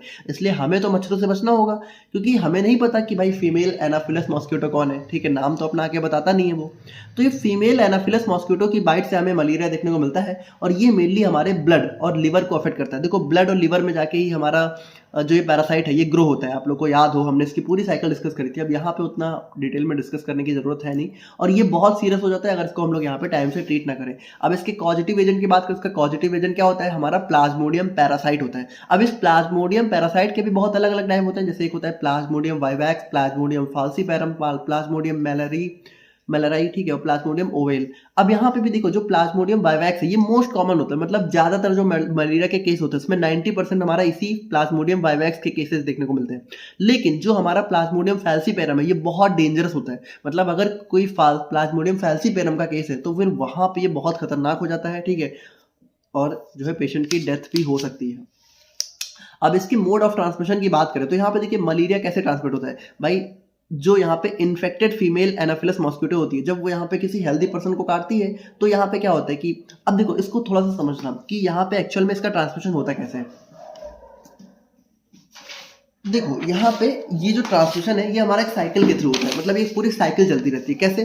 देखो मान लो कोई हमारा इन्फेक्टेड मॉस्क्यूटो है, मतलब कि कोई हमारी ऐसी फीमेल एनाफिलस मॉस्क्यूटो है जो कि इन्फेक्टेड है, जिसको मलेरिया कह सकते हो, जिसके अंदर ये पैरासाइट हो चुके, जिसके अंदर ये पैरासाइट है, ठीक है। अब ये पैरासाइट ये क्या करती है? ये पैरासाइट यहाँ पे जो है बेसिकली यहाँ पे ये हेल्दी पर्सन में ट्रांसमिट करती है, मतलब जो पर्सन जो कि हेल्दी है, जिसको इन्फेक्शन नहीं है। तो जब इसने हेल्दी पर्सन को ट्रांसमिट किया तो अभी हेल्दी पर्सन क्या हो जाएगा? इन्फेक्टेड हो जाएगा, ठीक है। तो अब जब ये इन्फेक्टेड हो गया, ठीक है, जब इसके अंदर ये पैरासाइट पहुंच चुका है तो अब यहाँ पे ये हेल्दी पर्सन क्या हो जाएगा? इन्फेक्टेड हो जाएगा। अब इस इन्फेक्टेड पर्सन को अब अगर कोई हेल्दी मॉस्क्यूटो काटेगा, मतलब देखो अब यहाँ पे कोई हेल्दी एनाफिलस मॉस्क्यूटो है मान लो फीमेल, अब उसने यहाँ पे इस इन्फेक्टेड पर्सन को काटा तो इस इन्फेक्टेड पर्सन से यहाँ पे क्या होगा? जो हमारा पैरासाइट है वो इस हेल्दी मॉस्किटो में चला जाएगा और फिर ये हेल्दी मॉस्किटो हमारा क्या हो जाएगा, इन्फेक्टेड हो जाएगा और फिर ये इन्फेक्टेड किसी हेल्दी को काटेगा। तो यहाँ पे देखो जो इन्फेक्टेड पर्सन है और हेल्दी पर्सन है, इनमें हमारा जो है ट्रांसमिशन कैसे हुआ, डायरेक्टली नहीं हुआ। मतलब ऐसा नहीं हुआ कि इन्फेक्टेड से डायरेक्टली इसमें चला गया, बल्कि इन्फेक्टेड पर्सन को जब एक हेल्दी मॉस्किटो ने काटा तो वो इन्फेक्टेड हुआ और जब उसने यहाँ पे इन्फेक्टेड होकर एक हेल्दी पर्सन को काटा तब जाके वो इन्फेक्टेड हुआ। यानी इस तरीके से यहाँ पे इसका मोड ऑफ ट्रांसमिशन हमें देखने को मिलता है। आई होप कि आप लोग समझ गए होंगे, बहुत ही सिंपल था, ठीक है। और बाकी देखिए ये तो सबसे मेजर ट्रांसमिशन रूट होता है। बाकी इसके अलावा अगर हम लोग बात करें तो मान लीजिए जो इन्फेक्टेड पर्सन है, अगर उसका जो ब्लड है वो ट्रांसफ्यूजन हो, ट्रांसफ्यूजन मतलब कि मान लीजिए उसका ब्लड किसी दूसरे हेल्दी पर्सन को दिया जा रहा हो एज अ डोनेशन, ठीक है, या फिर इन्फेक्टेड नीडल्स, मान लीजिए कि उस इन्फेक्टेड पर्सन को कोई नीडल यूज करी गई है और फिर उस नीडल को किसी हेल्दी पर्सन ने टच कर लिया, किसी वर्कर ने, किसी नर्स ने टच कर लिया, तो उसको भी हो सकता है। फ्रॉम मदर टू बेबी, अब यहाँ पे देखो मान लो मदर अगर इन्फेक्टेड है मलेरिया से तो बेबी में भी रेयर केस में जो है जा सकता है। अब सिम्टम्स की बात करें तो देखिए मलेरिया में जो है हमें सिम्टम्स तुरंत नहीं देखने को मिलते हैं, बल्कि कुछ दिनों बाद देखने को मिलते हैं। और इस सिम्टम्स क्या क्या होते हैं, फीवर विद चिल्स, मतलब देखो बुखार होगा लेकिन बुखार में बहुत ठंडी लगेगी, मतलब बुखार में अगर बहुत ज़्यादा ठंड लग रही है तो मलेरिया का केस हो सकता है। देखो नॉर्मली बुखार में ठंडी लगती है लेकिन इसमें कुछ ज़्यादा ही लगेगी। स्वेटिंग हो सकता है, हेडेक हो सकता है, बॉडी एक हो सकता है, मतलब बॉडी एक मतलब पूरी बॉडी में दर्द, हेडेक मतलब सर दर्द, स्वेटिंग मतलब कि आप लोग को पसीना आ रहा है, वीकनेस हो गया, नोजिया हो गया, वोमिटिंग हो गया, और सीवियर केसेज में आप लोग को जो है एनीमिया, कोमा और डेथ भी देखने को मिल सकती है। अब देखो सिम्टम्स यहाँ पे जो है हमने ऐसे करके लिख दिया, लेकिन आप लोग हर एक सिम्टम को एक एक लाइन में लिखना, ठीक है। इस तरीके से आप लोग लेंथ बढ़ा सकते हो, है ना। स्वेटिंग एक लाइन में, हेडेक एक लाइन में, बॉडी एक एक लाइन में। उसके बाद देखिए हम लोग यहाँ पे बात करें तो हमारा general principle of prevention and control की बात करें तो देखिए सबसे इंपॉर्टेंट क्या होता है, हमें भाई हमें इससे बचना है। अगर मलेरिया से बचना है तो हमें मच्छरों से बचना होगा, क्योंकि ये पैरासाइट मच्छर की वजह से ही हमारी बॉडी में आते हैं। तो इसके लिए हम लोग क्या करेंगे, मॉस्किटो कंट्रोल करेंगे। यानी अब देखो मॉस्किटो कंट्रोल करने का मतलब क्या है कि हमें मॉस्किटो को पैदा होने से रोकना है। तो मॉस्किटो मच्छर कैसे पैदा होते हैं, ज्यादातर यहाँ पे जो गंदा पानी होता है, जो रुका हुआ पानी होता है, वहीं पे मच्छर पैदा होते हैं, ठीक है। तो हमें बिल्कुल भी पानी को रुकने नहीं देना है, यानी वाटर स्टेग्नेशन, स्टेग्नेशन का मतलब होता है रुका हुआ पानी, ठीक है। वाटर स्टेग्नेशन मतलब रुका हुआ पानी हमें बिल्कुल भी नहीं होने देना है, पानी को रुकने नहीं देना है। अगर हमारे घरों में कहीं भी पानी ऐसे इकट्ठा है तो उसको जो है फेंकना है, बाहर कर देना है, वहां पे पानी नहीं इकट्ठा होने देना है। और इसके अलावा देखिए हमें यहाँ पे इंसेक्टिसाइड्स और स्प्रेज का यूज करना है, मतलब हमें ऐसे चीजों का यूज करना है जो कि मच्छरों को भगाते हैं। पर्सनल प्रोटेक्शन की बात करें तो हमें मॉस्किटो नेट्स का यूज करना है। भाई सिंपल सी बात है, हमें मच्छरदानी लगा के सोनी है। अगर यहाँ पे हम लोग ऐसे एरिया में जहाँ पे बहुत सारे मच्छर हैं, या फिर आप लोगों ने देखा होगा आजकल घरों में क्या होता है, खिड़की ऐसी होती है जहाँ पे जालियां लगी होती है, तो हमें जालियों वाली खिड़की का यूज करना है।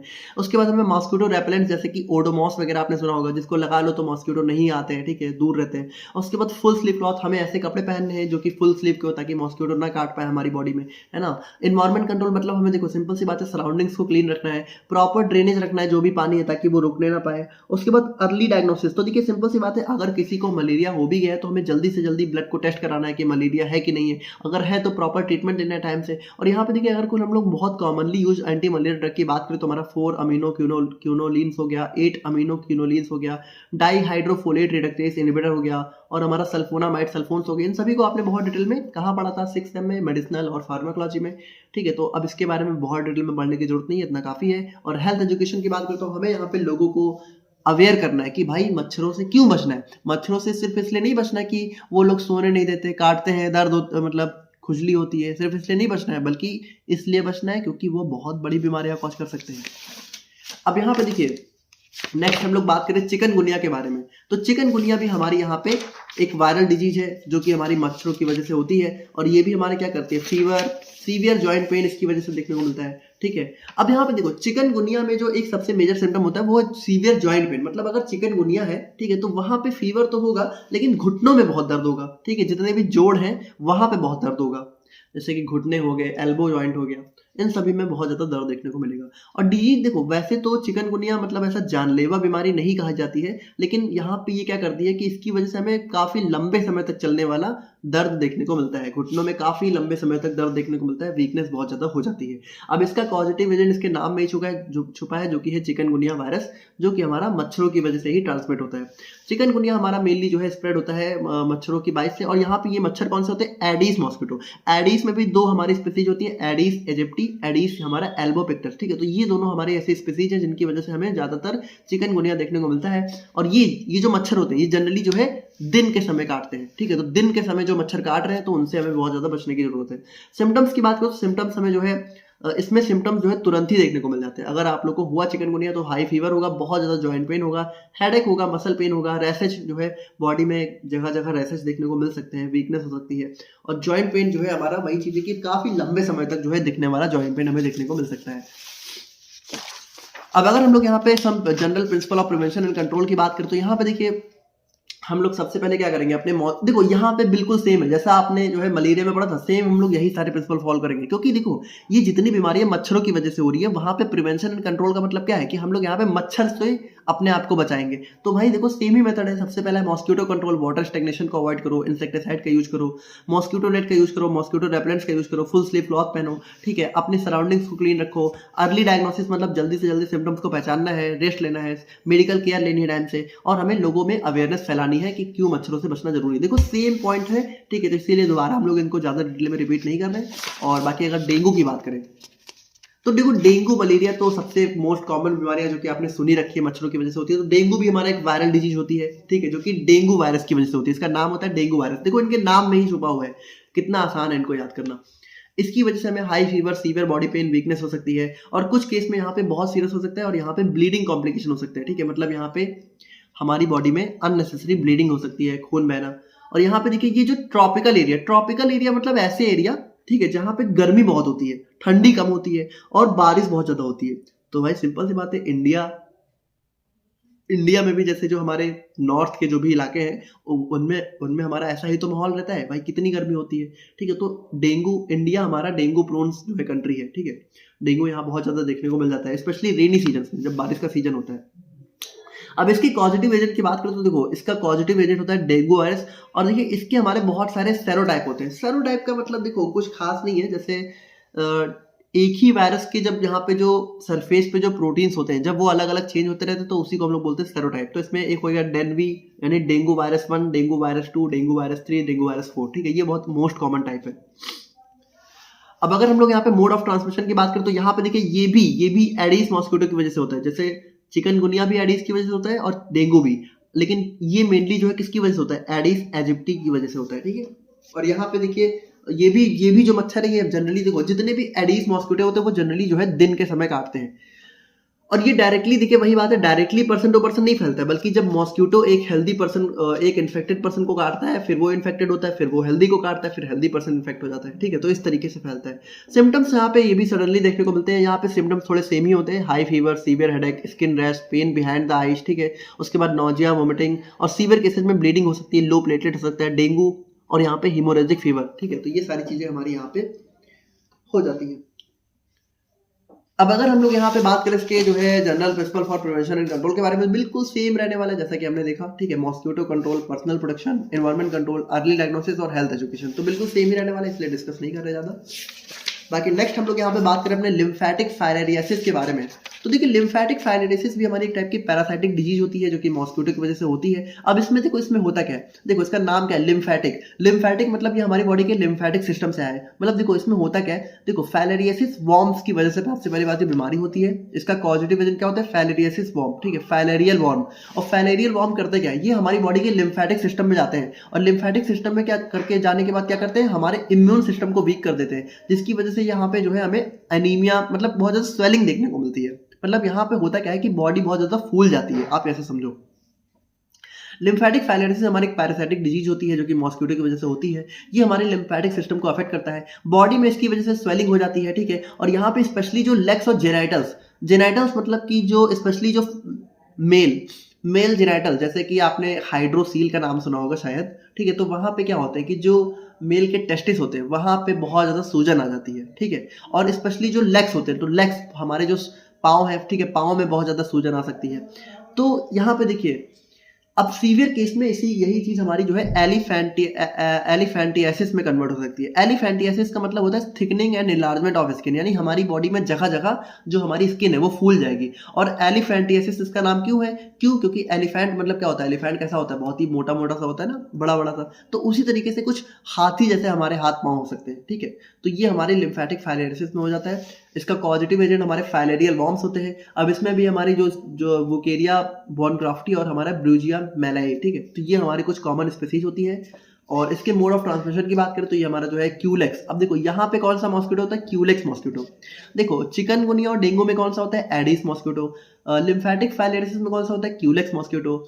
और हमारा मलेरिया में कौन सा होता है, फीमेल एनाफिलस मॉस्किटो। ठीक है, तो अब अगर हम लोग यहाँ पे देखें तो यहाँ पे देखिए ये जो मॉस्किटो होते हैं ये ट्रांसफर करते हैं फाइलेरियल लार्वा को, मतलब जो फाइलेरियल वॉर्म्स का लार्वा होता है ये इसको ह्यूमन बॉडी में ट्रांसमिट करते हैं और यही लार्वा जो है हमारी पूरी ह्यूमन बॉडी में अल्टीमेटली लिम्फेटिक सिस्टम में जाके उसको जो है इन्फेक्ट कर देता है। सिम्टम्स की बात करें तो मैं फीवर, स्वेलिंग ऑफ लेग्स, देखो सबसे इंपॉर्टेंट यही है, स्वेलिंग हो रही है हमारी पूरी बॉडी में, अगर अननेसेसरी स्वेलिंग हो रही है, swelling of legs, swelling of genital, swelling of thickening of skin. अब देखो स्वेलिंग ऑफ लेग्स को हम लोग यहाँ पे लिम्फेडेमा बोल देते हैं, स्वेलिंग ऑफ जेनिटल्स को हम लोग हाइड्रोसील बोल देते हैं, swelling of thickening of skin को हम लोग एलिफेंटियासिस बोल देते हैं, पेन एंड डिस्कम्फर्ट। तो ये सारे हमारे जो है इसके सिम्टम्स हो जाते हैं। अब इसकी भी अगर हम लोग यहाँ पे principal of prevention and control की बात करें, बिल्कुल सेम हमारे यही सारे जो है प्रिंसिपल आ जाते हैं, mosquito control, personal protection, environmental control, early diagnosis, treatment और हमारा हेल्थ एजुकेशन। तो देखिए वही चीजें कि सिम्टम्स तो हमारे सेम ही रहेंगे। एंड फाइनली बात करते हैं अपने लास्ट कम्युनिकेबल डिजीज के बारे में, जो कि हमारा हो जाता है निमोनिया।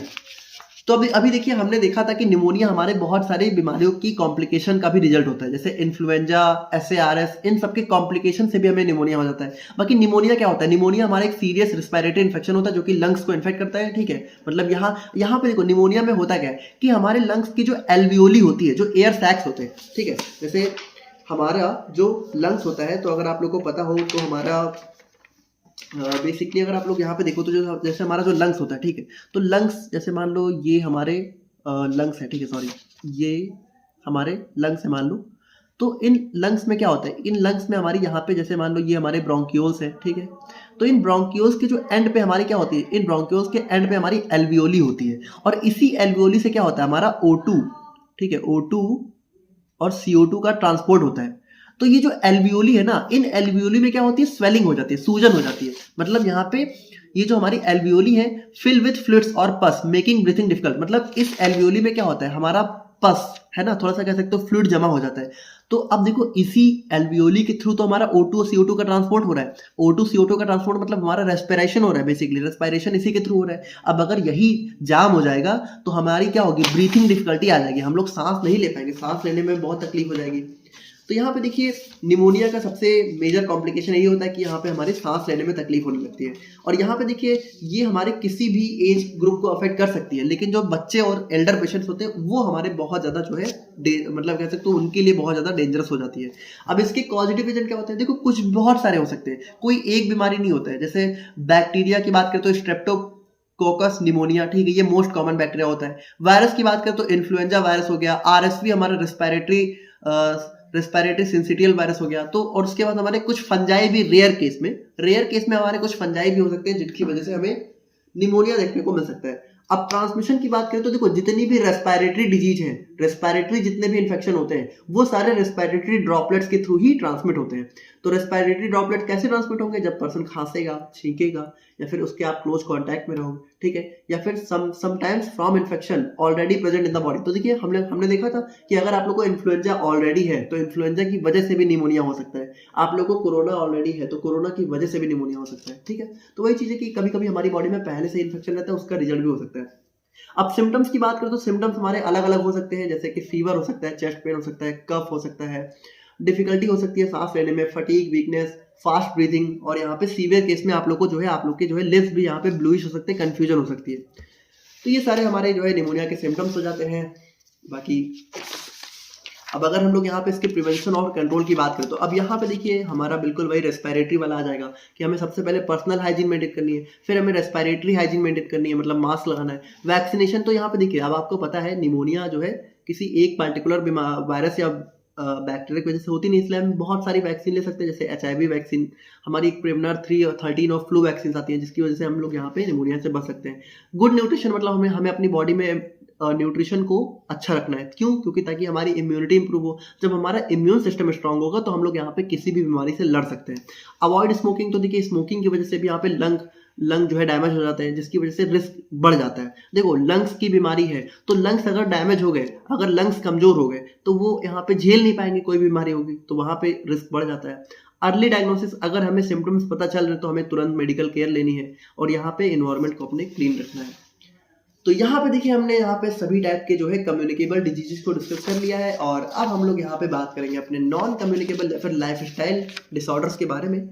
तो अब अगर हम लोग यहाँ पे अपना सिलेबस देखें तो यहाँ पे देखिए हमने अपने सभी टाइप के जो है कम्युनिकेबल डिजीज को डिस्कस कर लिया है और अब हम लोग बात करेंगे अपने नॉन कम्युनिकेबल डिजीज के बारे में, जिसमें हमारी 4 प्रॉब्लम है: हाइपरटेंशन, डायबिटीज मेलाइटिस, कैंसर और drug addiction and drug substance abuse. ठीक है, तो इन चारों डिजीज को हम लोग यहाँ पे अब जो है एक एक करके देखते हैं। ना बात करें हम लोग यहाँ पे हाइपरटेंशन के बारे में, तो अब देखो हाइपरटेंशन सबसे ज्यादा कॉमन वर्ड है जो आप लोग को बहुत अच्छे से पता होगा। क्या होता है? हाई ब्लड प्रेशर, यानी जब हमारा बीपी बढ़ जाता है तो उसी को हम लोग बोलते हैं हाइपरटेंशन। कैसे होता है? जब हमारे ब्लड वेसल में हमारा ब्लड फ्लो कुछ ज़्यादा ही बढ़ जाता है। ठीक है, जो हमारी जो ब्लड वेसल्स होती है वहाँ पे क्या होता है? ब्लड प्रेशर लगाता है। तो उसी प्रेशर की वजह से जब वो प्रेशर बहुत ज़्यादा बढ़ जाता है काफ़ी लंबे समय तक, जैसे अगर अचानक से बढ़ गया कुछ देर के लिए, तो उसको नहीं बोलेंगे हाइपरटेंशन, बल्कि जब काफ़ी लंबे टाइम तक कंटिन्यूअसली हमारा वो जो प्रेशर है वो नॉर्मल से हाई रहता है, तो उसी को हम लोग बोलते हैं हाइपरटेंशन। अब नॉर्मल कितना होता है, हाई कितना होता है, उसको देखेंगे। बाकी आप लोग ये समझो, इसको हम लोग यहाँ पे साइलेंट डिजीज के नाम से भी जानते हैं। क्यों? क्योंकि लोगों को बिल्कुल पता ही नहीं होता है कि उनको हाइपरटेंशन है, क्योंकि इसके यहाँ पे कोई क्लियर सिम्टम होते ही नहीं है। और अगर इसको कंट्रोल नहीं किया गया तो यहाँ पे ये आगे चल के बहुत सीरियस हार्ट डिजीज में कन्वर्ट हो सकती है, जैसे कि हमारा स्ट्रोक हो गया। ठीक है, और बाकी इसके बारे में बहुत डिटेल में आप लोग पढ़ चुके हो, तो इसीलिए हम लोग इसको बहुत ज़्यादा डिस्कस नहीं कर रहे हैं। इसके स्टेजेस की बात करें तो इसके हमारे यहाँ पे 4 स्टेज देखने को मिलते हैं। पहला होता है हमारा नॉर्मल स्टेज, जहाँ पे जो हमारा ब्लड प्रेशर है वो 120 mmHg से जो है कम होता है। ठीक है, मतलब यहाँ पे देखो नॉर्मल में क्या होता है, अगर आप लोग का जो ब्लड प्रेशर है वो नॉर्मल है तो वो यहाँ पे 120, सिस्टोलिक बीपी हमारी 120 होगी और डायस्टोलिक हमारी 80 से कम होगी। लगभग 80 के बराबर मान लो या फिर 80 से कम मान लो, तो हमारा नॉर्मल है। अगर हमारा प्री हाइपरटेंशन है, मतलब हाइपरटेंशन आप लोगों को होने वाला है, हुआ नहीं है, तो बीपी आप लोग की 120 से 140 के बीच में रेंज करेगी और डायस्टोलिक आप लोग का जो है 80 से 90 के बीच में होगा। बेसिकली देखो बीपी के भी 2 मेजर होते हैं, एक होता है सिस्टोलिक, एक होता है डायस्टोलिक। सिस्टोलिक डायस्टोलिक क्या होता है, आई होप कि आप लोग को पता होगा। ठीक है, तो इसमें जैसे वही चीज़ है कि सिस्टोलिक में हमारा जो है 120 से 140 होता है, डायस्टोलिक में 80 से 90 होता है। स्टेज 1 में अगर हम लोग बात करें तो यहाँ पे देखिए स्टेज 1 मतलब हाइपरटेंशन हो चुका है, तो स्टेज 1 का हाइपरटेंशन में बीपी हमारी 140 से 160 चली जाती है और डायस्टोलिक हमारी जो है 90 से 100 चली जाती है। और अगर स्टेज 2 हो गया, जो कि बहुत क्रॉनिक मतलब बहुत हार्मफुल स्टेज होता है बेसिकली, ठीक है, बहुत डेंजरस स्टेज होता है, तो यहाँ पे आप लोगों का बीपी 160 से बढ़ जाएगा और 100 से बढ़ जाएगा डायस्टोलिक का। अब अगर हम लोग यहाँ पे इसके कॉजेटिव एजेंट्स की बात करें तो यहाँ पे देखिए ये किन किन वजह से हो सकता है। देखो सबसे इसका जो मेजर रिस्क फैक्टर होता है वो होता है हाई सॉल्ट इंटेक। अगर खाने में आप लोग बहुत ज़्यादा सॉल्ट लोगे तो नमक क्या करता है, नमक हमारी बॉडी में वाटर को होल्ड करता है। वाटर हमारी बॉडी में होल्ड होगा, वाटर हमारी बॉडी में ज़्यादा होगा तो ब्लड वॉल्यूम बढ़ेगा, ज़्यादा ब्लड वॉल्यूम होगा तो वो ब्लड प्रेशर ज़्यादा बढ़ाएगा। भाई सिंपल सी बात है, जब ज़्यादा ब्लड हमारी बॉडी में फ्लो होगा तो फिर वो ज़्यादा प्रेशर से भी होगा। जैसे कोई पाइप है, ठीक है, तो पाइप को जब आप लोग यहाँ पे पाइप हमारा देखो हाइपरटेंशन किन किन वजह से होता है, या तो हमारे जो ब्लड वेसल्स हैं, ठीक है, वो यहाँ पे या तो कभी कभी क्या होती है कि कॉन्स्ट्रिक्ट हो जाती हैं, ठीक है, मतलब वो थोड़ा सा सिकुड़ जाती हैं, तो इसकी वजह से हो सकता है। या तो हमारी ब्लड वेसल नॉर्मल ही है लेकिन मान लो जो ब्लड है, ठीक है, वो कुछ ज़्यादा ही आ रहा है, कुछ ज़्यादा बहुत ज़्यादा ब्लड अगर इस पतले से पाइप में आया, बेसिकली पाइप क्या होते हैं, ब्लड वेसल होती है, तो वहाँ पे क्या होगा, प्रेशर भी बहुत ज़्यादा बढ़ जाएगा। तो इन सभी चीज़ों की वजह से भी हमारा हाइपरटेंशन हो जाता है। स्ट्रेस बहुत ज़्यादा ले रहे हो, अगर आप मोटापा बहुत ज़्यादा है, ठीक है, मोटापे की वजह से क्या होता है कि हमारा बॉडी में फैट ज़्यादा होता है, तो ये फैट हमारे ब्लड वेसल्स में ऐसे जमा होना स्टार्ट हो जाता है। तो जैसे देखिए अब फैट इतने जगह पे जमा हो गया तो जगह कम हो गई ना, ब्लड को पास करने के लिए यहाँ पे जगह कम हो गई तो यहाँ पे प्रेशर बढ़ जाएगा। उसके बाद लैक ऑफ फिजिकल एक्टिविटी, तो सिंपल सी बात है, जब आप लोग फिजिकल एक्टिविटी नहीं करोगे तो ओबेसिटी आएगी, मोटापा आएगा और वहाँ पे भी हाइपरटेंशन होने के चांसेस बढ़ जाते हैं। स्मोकिंग, एल्कोहल भी हमारे जो है ब्लड वेसल्स की लाइनिंग को डैमेज कर देते हैं, ब्लड वेसल्स को डैमेज कर देते हैं। और अगर फैमिली हिस्ट्री है, ज़्यादातर अगर बीपी अगर फैमिली हिस्ट्री से जो है बहुत ज़्यादा देखने को मिल जाता है। नेक्स्ट हम लोग यहाँ पे बात करें सिम्टम्स के बारे में, तो सिम्टम्स मतलब देखो पहली बात तो हाइपरटेंशन में जनरली जो सिम्टम्स होते हैं वो जनरली जो है दिखते नहीं है, लेकिन अगर हम लोग फिर भी कुछ सिम्टम्स की बात करें तो यहाँ पे हेडेक देखने को मिल सकता है, डिजीनेस मतलब चक्कर आ सकता है, ब्रीथिंग की शॉर्टनेस हो सकती है, नोज ब्लीडिंग हो सकती है, जो कि बहुत ही रेयर होता है, ठीक है, बहुत सीवियर केस है तो यहाँ पे चेस्ट पेन और विजन दिखने में भी प्रॉब्लम हो सकती है। अब इसकी जनरल प्रिंसिपल ऑफ प्रिवेंशन और कंट्रोल की बात करें तो सबसे पहला होता है हेल्दी डाइट। भाई आप लोग को डाइट में जो है सॉल्ट इंटेक बहुत कम रखना है, मतलब देखो अब बहुत कम भी नहीं रखना है, बहुत कम रखोगे तो हाइपोटेंशन हो जाएगा, है ना, जिसको लो बीपी बोलते हैं। और यहाँ पे हमें फ्रूट्स एंड वेजिटेबल्स खानी है अच्छे से, एक्सरसाइज डेली करनी है ताकि हमारा हार्ट फिट रहे, ठीक है। अवॉइड करनी है हमें हार्मफुल हैबिट जैसे कि स्मोकिंग वगैरह बिल्कुल भी स्टॉप, या फिर लिमिट, अगर अल्कोहल इंटेक कर रहे हो तो बिल्कुल लिमिट में करो, या तो बिल्कुल ना करो तो बहुत अच्छी बात है। स्ट्रेस मैनेजमेंट में हम लोग को यहाँ पे थोड़ा सा रिलैक्सेशन को प्रैक्टिस करना है ना, प्रॉपर स्लीप लेनी है। तो वो स्ट्रेस भी एक बहुत मेजर रीजन होता है हाइपरटेंशन का। और उसके बाद यहाँ पे हमें रेगुलर चेकअप कराते रहना है, हमें बीपी जो है मेजर करते रहना है कि कहीं यहाँ पे हाइपरटेंशन वाली स्टेज आ तो नहीं रही है। मेडिकेशन यानी कि जो भी एंटी हाइपरटेंसिव मेडिसिन प्रिस्क्राइब करी गई है उनको समय समय पे लेते रहना है। हेल्थ एजुकेशन, हमें लोगों में अवेयरनेस फैलानी है लाइफ स्टाइल के थ्रू, ठीक है, कि हमें लाइफ स्टाइल क्यों अच्छा रखना है, क्यों हमें एक्सरसाइज करनी है, क्यों हमें अच्छा खाना लेना है, क्यों, क्योंकि नहीं लेंगे तो ये सारी बीमारियां हो सकती हैं। नेक्स्ट हमारे इसके अंदर आ जाता है डायबिटीज मेलाइटस। तो डायबिटीज मेलाइटस मतलब हमारी यहाँ पे क्या होता है, शुगर, जिसको नॉर्मल हम लोग यहाँ पे ब्लड शुगर बोल देते हैं, ठीक है। तो अब देखो डायबिटीज में होता क्या है, देखो जनरली क्या होता है कि हम लोग यहाँ पे खाना खाते हैं, तो इस खाने से हमें क्या क्या मिलता है, कार्बोहाइड्रेट, प्रोटीन और फैट। अब देखो ये जो कार्बोहाइड्रेट होता है तो जनरली ये ग्लूकोज के फॉर्म में मिलता है। अब ये ग्लूकोज क्या होता है, खाना हम लोग खाते हैं बॉडी में एब्जॉर्ब होकर ब्लड में जाता है। अच्छा, इस ब्लड से ये जो ग्लूकोज होता है ये हमारी बॉडी की सेल्स में जाता है, क्योंकि इसी सेल्स को यहाँ पे इस ग्लूकोज की जरूरत होती है, क्योंकि ग्लूकोज से क्या होता है, ग्लूकोज से हमारे यहाँ पे बेसिकली कह सकते हो सेल्स का क्या होता है, ग्लाइकोलिसिस होता है, ग्लूकोज मेटाबॉलिज्म होता है, और सेल्स को क्या मिलती है, सेल्स को मिलती है एनर्जी, ठीक है। तो अब अच्छा, सबसे इंपॉर्टेंट चीज क्या है कि इस ब्लड से ग्लूकोज सेल्स में ग्लूकोज को लेके कौन जाता है, हमारा इंसुलिन। इंसुलिन क्या होता है, एक टाइप का हार्मोन होता है जो कि पैनक्रियाज, हमारी बॉडी का जो पैनक्रियाज होता है उसकी बीटा सेल्स बनाती है, ठीक है। तो ये बीटा सेल्स इंसुलिन बनाती है। इंसुलिन हमारा क्या करता है, हमारे ग्लूकोज को ब्लड से जो है सेल में लेके जाता है, और सेल उनका यूटिलाइजेशन करता है और हमें एनर्जी मिलती है। इस तरीके से हमारी बॉडी में नॉर्मल काम होता है।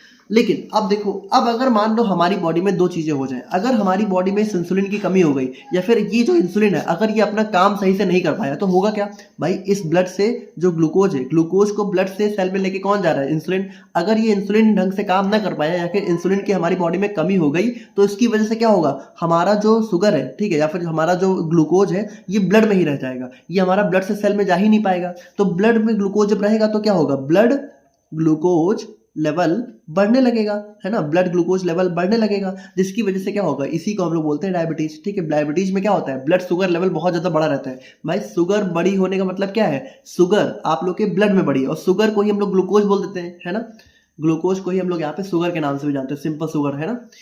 तो अब यहाँ पे देखो, अब अगर इंसुलिन की कमी की वजह से डायबिटीज हो रही है, ठीक है, तो इसको हम लोग बोलते हैं टाइप 1 डायबिटीज। और अगर इंसुलिन हमारी बॉडी में सफिशिएंट है लेकिन वो काम अपना अच्छे से नहीं कर पा रहा, तो इसको हम लोग बोलते हैं टाइप 2 डायबिटीज। समझ गए, बहुत ही सिंपल है। तो देखिए डायबिटीज हमारी क्रॉनिक डिजीज होती है, मतलब एक बार किसी को हो गई तो फिर जिंदगी भर इसे मैनेज ही करना होता है, इसका कोई ट्रीटमेंट नहीं होता है, मतलब इसका कोई परमानेंट इलाज नहीं होता है कि आपने कराया वो खत्म हो गया। और यहाँ पे देखिए इसमें क्या होता है कि ब्लड शुगर लेवल जो है बिकम हाई हो जाता है, मतलब परमानेंटली हाई हो जाता है ना। और ये कब होता है, जब हमारी बॉडी या तो इनफ इंसुलिन प्रोड्यूस नहीं कर पा रही, यानी हमारी बॉडी में इंसुलिन की कमी हो गई, और या तो इंसुलिन है तो लेकिन बॉडी उस इंसुलिन को प्रॉपरली यूज नहीं कर पा रही। मतलब देखो इंसुलिन काम न करने से मतलब है कि ये जो सेल है, ठीक है, तो ये इंसुलिन काम कैसे करता है, इस सेल के ऊपर इंसुलिन के रिसेप्टर्स होते हैं, ठीक है। तो ये इंसुलिन अपने रिसेप्टर से बाइंड होता है, और ये जब रिसेप्टर पे बाइंड होता है तो हमारे ग्लूकोज के चैनल ओपन हो जाते हैं, और ग्लूकोज हमारे सेल के अंदर चला जाता है। तो अगर ये जो सेल के रिसेप्टर्स हैं, अगर ये रिसेप्टर्स इंसुलिन को रिस्पॉन्स करना ही बंद कर दे, मतलब ये इंसुलिन रिसेप्टर पे बाइंड ही ना हो पाए, या फिर हो भी तो कोई रिस्पॉन्स ना जनरेट हो, तो इस केस में हमारा यहाँ पे टाइप 2 डायबिटीज हो सकती है। और यहाँ पे इसको कंट्रोल नहीं किया गया तो बहुत सारी सीरियस प्रॉब्लम हो सकती है। अब डायबिटीज की वही बात है कि हमारे मेनली तो 2 ही टाइप की होती है, बाकी एक गैस्टेशनल डायबिटीज भी हो जाती है, जो कि मेनली फीमेल्स में जब प्रेग्नेंट होती है वो, ठीक है, तब देखने को मिलती है। मतलब ये टेम्परेरी होती है, इसलिए आप इसको हम लोग जनरल क्लासिफिकेशन में इंक्लूड नहीं करते हैं। टाइप 1 डायबिटीज की बात करते तो इसको हम लोग यहाँ पे इंसुलिन डिपेंडेंट डायबिटीज मेलाइटस के नाम से भी जानते हैं, ठीक है। और बाकी अब हालांकि अर्ली डेज में इसको जानते थे, बाकी आज के दिन में तो उसको टाइप 1 डायबिटीज मेलाइटस बोलते हैं। और इसमें क्या होता है, अब देखो एक चीज समझो, जैसे इंडिया में मान लो या फिर किसी भी जगह मान लो 100 लोगों को डायबिटीज है, तो 100 लोगों में सिर्फ 10 लोग ऐसे होंगे जिनको टाइप 1 होगा। मतलब ज्यादातर लोगों को जो डायबिटीज होती है वो होती है टाइप 2 वाली, ठीक है। मतलब ज्यादातर लोगों को जो डायबिटीज होती है उसमें इंसुलिन की कमी नहीं होती है, बल्कि उनकी बॉडी में इंसुलिन होता है लेकिन वो काम अच्छे से नहीं कर पाता। अब एक बात बताओ, इंसुलिन की जब कमी होती है तो उसका एक ही ट्रीटमेंट होता है कि उनको इंसुलिन के इंजेक्शन लगवाने होते हैं। तो आपने कितने लोगों को सुना है कि वो इंसुलिन के इंजेक्शन ले रहे हैं? ज्यादातर लोग क्या होता है, डायबिटीज की दवा ले रहे हैं या तो फिर मैनेज कर रहे हैं उसको, है ना। तो इंसुलिन देखो टाइप 1 डायबिटीज मेलाइटस बहुत खराब होती है, क्योंकि इसमें आप लोग को भाई इंसुलिन के इंजेक्शन लेने पड़ेंगे डेली, और कोई तरीका ही नहीं है इसको मैनेज करने का, ठीक है। तो इसको हम लोग यहाँ पे इंसुलिन डिपेंडेंट डायबिटीज मेलाइटस के नाम से जानते हैं। ये 10% केस होते हैं डायबिटीज के, ठीक है। और यहाँ पे ये होता है क्यों, क्योंकि हमारी जो बीटा सेल, देखो इंसुलिन टाइप 1 का क्या मतलब है? टाइप 1 का मतलब है इंसुलिन की कमी। इंसुलिन की कमी कब होगी? इंसुलिन को बनाता कौन है? Beta cell. अगर इस बीटा सेल में कोई डैमेज हुआ, अगर ये बीटा सेल जो है खराब हो गई या फिर इनमें कोई डिस्ट्रक्शन हुआ, तो हमारा इंसुलिन नहीं बनेगा।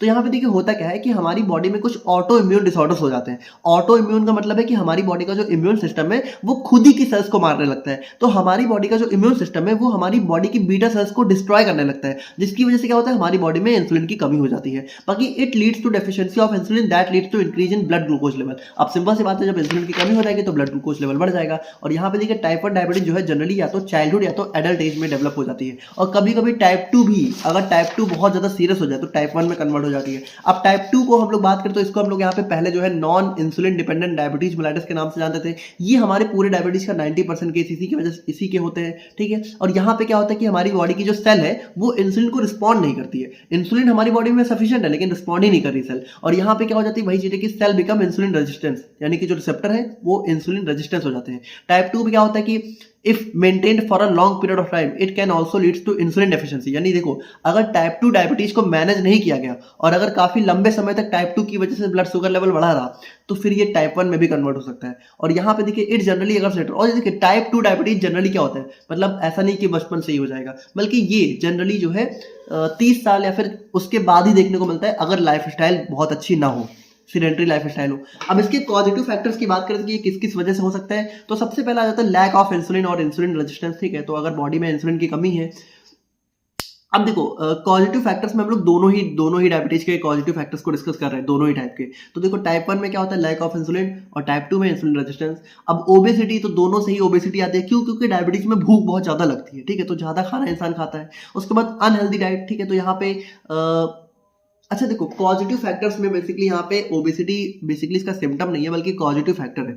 तो पॉजिटिव फैक्टर ओबेसिटी क्यों होता है? क्योंकि देखिए ओबेसिटी में क्या होता है, हमारी बॉडी में ग्लूकोज लेवल बढ़ जाता है। जैसे हमारी बॉडी में फैट बढ़ जाएगा, ठीक है। तो मोटापा अगर बढ़ रहा है हमारी बॉडी में, तो मोटापा क्यों बढ़ेगा? क्योंकि हम लोग यहाँ पे अपनी डाइट में अनहेल्दी खाना खाने को ऐड कर रहे हैं। तो उस अनहेल्दी डाइट की वजह से अल्टीमेटली क्या होता है कि हमारा जो है शुगर बढ़ जाता है बेसिकली। देखो ओबेसिटी अगर किसी को है, मोटापा है, तो यानी वो अनहेल्दी डाइट ले रहा है। अनहेल्दी डाइट लेने का मतलब है वो बहुत ज्यादा कार्ब्स खा रहा है। कार्ब्स खाने का मतलब है बहुत ज्यादा शुगर इंटेक ले रहा है, ठीक है। तो इन्हीं सब चीजों की वजह से तो क्या होता है, हमारी बॉडी में अल्टीमेटली डायबिटीज डेवलप हो जाती है। और लैक ऑफ फिजिकल एक्टिविटी, यानी कि बिल्कुल भी सेडेंटरी लाइफ स्टाइल है, बिल्कुल भी हम लोग यहाँ पे कोई एक्टिविटी नहीं कर रहे, फैमिली हिस्ट्री अगर डायबिटीज की है, ठीक है, तो यहाँ पे ये सारी वजह हो सकती है। सिम्टम्स की बात करें तो हमें फ्रीक्वेंट यूरिनेशन, देखो डायबिटीज के जो पेशेंट होते हैं उनको बार बार यूरिनेशन करने की अर्ज होती है, बहुत ज्यादा उनको प्यास लगती है। क्योंकि देखो भाई सिंपल सी बात है, जब उनकी बॉडी से यूरिन ज्यादा जा रहा है, पानी ज्यादा बाहर निकल रहा है, तो उनको प्यास भी ज्यादा लगेगी।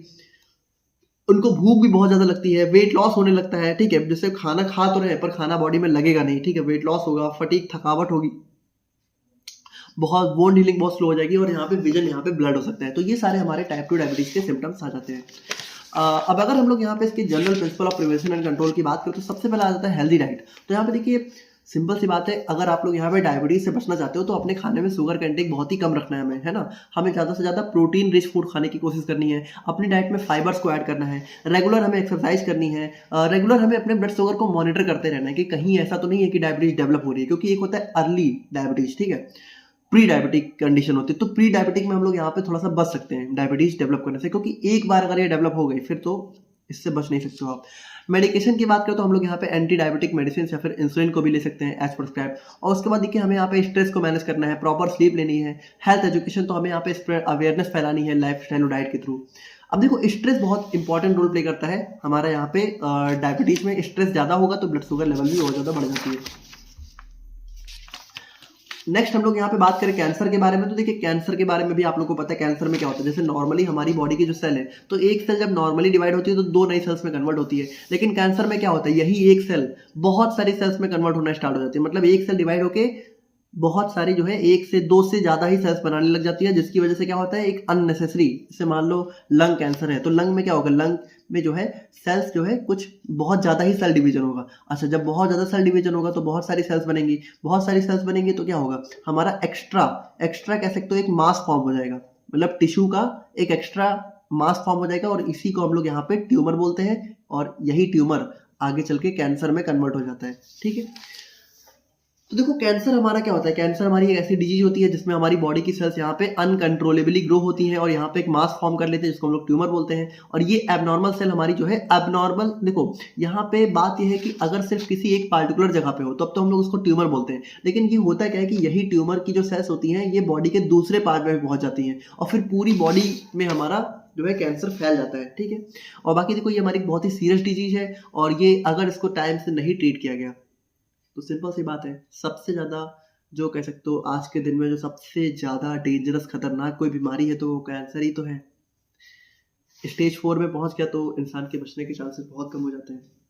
क्लासिफिकेशन की बात करें तो यहाँ पे देखिए हमारा कैंसर के जैसे कार्सिनोमा हो गया, सार्कोमा हो गया, ल्यूकेमिया हो गया, लिम्फोमा हो गया। तो कार्सिनोमा हमारा क्या होता है, कार्सिनोमा बेसिकली हमारा एक ऐसा कैंसर होता है जो कि एपिथेलियल सेल से ओरिजिनेट होता है। तो एपिथेलियल सेल्स मतलब हमारी बॉडी में देखो हर जगह एपिथेलियल सेल्स ही देखने को मिलती है। हमारी पूरी बॉडी की स्किन की आउटर कवरिंग भी एपिथेलियल सेल से मिलकर बनी है। तो यहाँ पे देखिए कार्सिनोमा का एग्जांपल हो जाता है लंग कैंसर, ब्रेस्ट कैंसर, ये हमारा कार्सिनोमा का एग्जांपल हो जाता है। सार्कोमा मतलब ऐसा कैंसर जो कि कनेक्टिव टिश्यू का एग्जांपल क्या हो जाता है, बोन, मसल, ज्वाइंट, ठीक है। तो बोन कैंसर हो गया, ठीक है, ज्वाइंट कैंसर, मसल कैंसर, ये सारे हमारे सार्कोमा के एग्जांपल हो जाते हैं। लिम्फोमा की बात करें तो यहाँ पे हमारा ऐसा कैंसर जो कि लिम्फेटिक सिस्टम से ओरिजिनेट होता है, उसको हम लोग हॉजकिन लिम्फोमा बोल देते हैं। और ल्यूकेमिया की बात करें तो ल्यूकेमिया हमारा ब्लड कैंसर हो जाता है, ठीक है। क्योंकि यहाँ पे क्या होता है कि यहाँ पे जो हमारी हेल्दी ब्लड सेल्स हैं वो चेंज होती हैं और अनकंट्रोलेबली ग्रो होने लगती हैं, तो ब्लड कैंसर को हम लोग यहाँ पे ल्यूकेमिया बोलते हैं। अब इसके हम लोग यहाँ पे पॉजिटिव फैक्टर्स की बात करें तो यहाँ पे देखिए ये भी हमारा बहुत ही अलग अलग फैक्टर्स की वजह से देखने को मिल सकता है। जैसे सबसे पहला हो गया टोबैको यूज, है ना। अगर तम्बाकू, देखो टोबैको वगैरह में पीछे साफ साफ लिखा रहता है excessive use can lead to cancer, है ना। अल्कोहल कंजप्शन हो गया, अनहेल्दी डाइट। अब देखो कैंसर का कोई एग्जैक्ट रीजन तो होता नहीं है, ठीक है, बहुत सारे वजहों से कैंसर डेवलप हो सकता है। तो वही चीज़ है कि हम अगर अपनी लाइफ स्टाइल थोड़ा अच्छी रखें, डाइट अच्छी रखें, तो थोड़ा सा हम लोग यहाँ पे इससे बच सकते हैं। रेडिएशन एंड हार्मफुल केमिकल्स हो गया, इन्फेक्शंस, फैमिली हिस्ट्री, तो इन सभी वजह से हमें कैंसर देखने को मिल सकता है। अब कैंसर होने में भी देखिए अब एकदम वही बात है ना, स्टार्टिंग स्टेज में पता ही नहीं चलता है कैंसर हो रहा है, क्योंकि स्टार्टिंग में क्या ही सिम्टम्स है। जैसे इसके जो सिम्टम्स है वो लगभग नॉर्मल से ही दिखते हैं, जैसे लगता है बाकी बीमारियों के भी सिम्टम्स ऐसे ही होते हैं, जैसे फटीग होना, wait change, skin change, bowel change. Skin change मतलब आपके लोग की स्किन थोड़ा सा हो सकता है उसका जो स्किन का डिस्कलरेशन हो जाए, ठीक है, किसी किसी जगह स्किन में फ्लैक्स दिख सकते हैं, है ना। उसके बाद यहाँ पे वेट चेंज मतलब आप लोग का वेट अचानक से बहुत ज़्यादा घट गया, बढ़ गया, या फिर फटीग हो रही है, ठीक है। बॉवल चेंज मतलब कि बॉवल चेंज का मतलब है कि आप लोगों को कभी डायरिया हो रहा है, कभी कॉन्स्टिपेशन हो रहा है। परसिस्टेंट का मतलब ऐसा कफ जो कि लगातार यहाँ पे जो है खत्म नहीं हो रहा है ना। ऐसी खांसी जो कि लगातार आ रही है। ब्रीथ, सांस लेने में तकलीफ हो रही है। ऐसा जॉइंट पेन हो रहा है जो कि आप लोग को पता नहीं है कि क्यों हो रहा है। उसके बाद फीवर, नाइट स्वेट्स, है ना, रात में बहुत ज़्यादा पसीना आना, ये सारे हमारे सिम्टम्स हो जाते हैं। अब इसके अगर हम लोग यहाँ पे general principle of prevention and control की बात करें तो हमें क्या भाई, सिंपल सी बात है, ऐसी देखो हमारे हाथ में ज़्यादा कुछ तो नहीं है, लेकिन हम लोग यहाँ पे थोड़ा सा वही है कि अगर टोबैको को अवॉइड करें। अब आपने देखा होगा वैसे तो बहुत सारे ऐसे लोगों को कैंसर हो जाता है जिन्होंने ये सब चीज़ें कभी छुई भी नहीं होती हैं, लेकिन फिर भी हमें एटलीस्ट अपनी तरफ से तो अवॉइड ही करना है। जैसे हमें टोबैको अवॉइड करना है, हेल्दी लाइफ स्टाइल अपनानी है, हमें हेल्दी खाने खाने हैं, रेगुलर एक्सरसाइज करनी है, अल्कोहल को लिमिट करना है, अल्कोहल कम से कम जो है कंज्यूम करना है, रेडिएशन से प्रोटेक्ट करना है अपने आप को, वैक्सीनेशन अपने आप को वैक्सीनेटेड रखना है। जैसे कि हमारा कुछ वैक्सीन आती है, हेपेटाइटिस बी, HPV, तो इन सब की वजह से भी, जैसे हमारे कुछ वायरस भी होते हैं, वायरल इन्फेक्शन की वजह से भी कैंसर डेवलप हो सकता है, तो हमें वायरस वगैरह से भी बचना है। अर्ली डिटेक्शन, देखिए अगर हमें बिल्कुल भी थोड़ा सा भी लग रहा है कि कोई प्रॉब्लम है तो हमें तुरंत ही उसको दिखाना है, ठीक है। जैसे ब्रेस्ट कैंसर हो रहा है तो ब्रेस्ट को हम यहाँ पे रेगुलर स्क्रीनिंग कराते रहना है। उसके बाद मेडिकल ट्रीटमेंट में हम लोग यहाँ पे बेसिकली जो है कैंसर का ट्रीटमेंट क्या होता है, हम लोग यहाँ पे सर्जरी करा सकते हैं, कीमोथेरेपी चलती है उसके लिए प्रॉपर, है ना, रेडिएशन थेरेपी होती है, हार्मोन थेरेपी होती है, इम्यूनोथेरेपी होती है। तो ये सारी थेरेपी हम लोग यहाँ पे ले सकते हैं कैंसर के ट्रीटमेंट में। नाउ फाइनली हम लोग यहाँ पे बात करें अपनी लास्ट प्रॉब्लम के बारे में। तो देखो वैसे तो इसको डायरेक्टली आप लोग सोच रहे होगे कि डिजीज नहीं है, लेकिन है ये भी बीमारी ही, ठीक है। तो ड्रग एडिक्शन और ड्रग सब्सटेंस अब्यूज, देखो दोनों का मतलब क्या है। ड्रग एडिक्शन का मतलब है कि किसी चीज की लत लग जाना जबकि आप लोग को पता है कि वो चीज आप लोग को नुकसान कर रही है। और ड्रग अब्यूज का मतलब है कि किसी दवा को, ठीक है, जानबूझ के गलत तरीके के लिए इस्तेमाल करना है। जैसे आप लोग को पता है बहुत सारी हमारी नशीली दवाएँ होती हैं, मतलब नारकोटिक ड्रग्स होती हैं। अब हालाँकि वो बहुत यूज़फुल होती हैं, जैसे मान लो मॉर्फिन है, तो मॉर्फिन क्या है? एक टाइप का नारकोटिक ड्रग है, जो कि हमारा बहुत ज़्यादा, जब बहुत सीवियर पेन हो रहा है, बहुत ज़्यादा दर्द हो रहा है, तब हमारा वो दिया जाता है। लेकिन अब हालाँकि वो है तो दवा, लेकिन वो नशा भी करता है, थोड़ा-सा उससे नशा भी होता है। तो अब अगर पर्सन को वो दवा दी गई है किसी बीमारी को ठीक करने के लिए, उसको दर्द को मिटाने के लिए, लेकिन अब वो दर्द नहीं हो रहा है फिर भी अगर ले रहा है, तो उसको हम लोग बोलते हैं ड्रग अब्यूज़। मतलब ड्रग का मतलब किसी दवा का गलत तरीके से इस्तेमाल करना, वो हो जाता है ड्रग अब्यूज़। तो देखो दोनों काफ़ी सिमिलर सही टर्म है। बेसिकली इसमें दोनों में ही एक इंसान जो है नशीली दवाएँ ले रहा होता है, जबकि पता है उसको कि उसको नहीं लेना है, वो उसको हार्म कर सकती है, फिर भी यहाँ पे वो ले रहा है, ठीक है? तो ड्रग एडिक्शन और ड्रग अब्यूज़ की बात करें तो हमारा यहाँ पे क्रॉनिक कंडीशन, अच्छा यहाँ पे देखो भाई ये भी एक बीमारी है, क्योंकि यहाँ पे क्या है कि अगर किसी ने लेना चालू कर दिया तो ये काफ़ी लंबे समय तक वो लेता ही रहता है और यहाँ पे वो डिपेंडेंट हो जाता है, ठीक है? फिर मतलब वो यहाँ पे बिना इनको लिए रह ही नहीं पाता है और ये हमारा क्या करता है, ब्रेन, बिहेवियर, हेल्थ और पर्सन को अफेक्ट करता है और फाइंड इट। और यहाँ पे जो भी हमारा पर्सन देखो यहाँ पे क्या करता है, ये जो नशीली दवाएँ होती हैं ये क्या करती है, हमारी डायरेक्टली हमारे ब्रेन को अफेक्ट करती हैं, ठीक है? हमारे सेंट्रल नर्वस सिस्टम को जाके अफेक्ट करती हैं, जिसकी वजह से इंसान जो है बहुत चाहते हुए भी, मतलब वो जैसे जितने भी नशेड़ी हो जितने भी मतलब बेसिकली जो भी अल्कोहल कंज्यूम करते हैं या फिर जो भी स्मोकिंग करते हैं, ठीक है? जिनको नशे की लत लगी हुई है, वो लोग चाहते तो हैं छोड़ना, लेकिन फिर वो उनके लिए बहुत डिफ़िकल्ट हो जाता है, ठीक है? उनकी विलिंग पावर इतनी कमज़ोर हो जाती है, उनकी विल पावर इतनी कमज़ोर हो जाती है बेसिकली कि फिर वो चाह के भी छोड़ नहीं पाते हैं, ठीक है? जबकि उन्हें पता है कि वो हार्म कर रहा है, क्योंकि उनके ब्रेन पे उन दवाओं ने क्या किया है, उन दवाओं ने पूरा कंट्रोल डेवलप कर लिया होता है। ऐसे वो छोड़ते भी अगर मान लो एक दिन, तो उनको इतनी प्रॉब्लम होने लगती है कि फिर वो बिना लिए रह ही नहीं पाते हैं। ड्रग एडिक्शन मतलब वही बात है कि यहाँ पे पेशेंट को पता है, पर्सन को पता है कि जो भी वो ले रहा है, जो भी दवा वो ले रहा है, वो उसको हार्म करे, फिर भी वो ले रहा है, ठीक है? और ड्रग अब्यूज़ की बात करें तो हम यहाँ पे जो मतलब दवा जो है उसको प्रिस्क्राइब करेंगे किसी बीमारी को ठीक करने के लिए, लेकिन फिर वो ले अपने मज़े के ले रहा है, ठीक है? तो ड्रग अब्यूज़ हो गया। अब इसके कॉजेज़ क्या-क्या हो सकते हैं? देखो कॉजेज़ में जैसे पीयर प्रेशर का मतलब साथियों का दबाव। जैसे मान लो स्मोकिंग है, ठीक है? तो स्मोकिंग क्या है? एक टाइप का ड्रग एडिक्शन ही है। तो स्मोकिंग आजकल क्या होता है कि जैसे 4 लोग आपके दोस्त हैं, अब 4 में पता चले अगर वो चारों लोग पी रहे हैं, तो वो चारों आपको भी फ़ोर्स करने लगते हैं कि भाई अरे एक ट्राई कर लो, एक से कुछ नहीं होता है ना?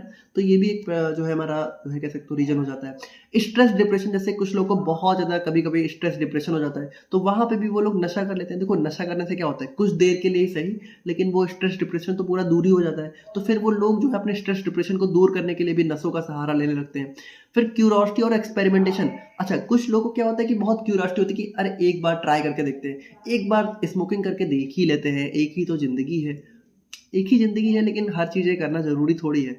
एक बार तो अल्कोहल कंज़्यूम कर ही लेते हैं, ठीक है? तो ये भी हो जाता है। उसके बाद ईजी, अब आज के दिन में सिंपल सी बात है कि अब देखो ड्रग्स में जैसे एक तो हो गया कि प्रॉपर ड्रग्स, ठीक है? जो एक्चुअल में जो ड्रग्स का धंधा आपने सुन रखा होगा, ठीक है? हेरोइन वगैरह हो गया, है ना? चरस, गाँजा।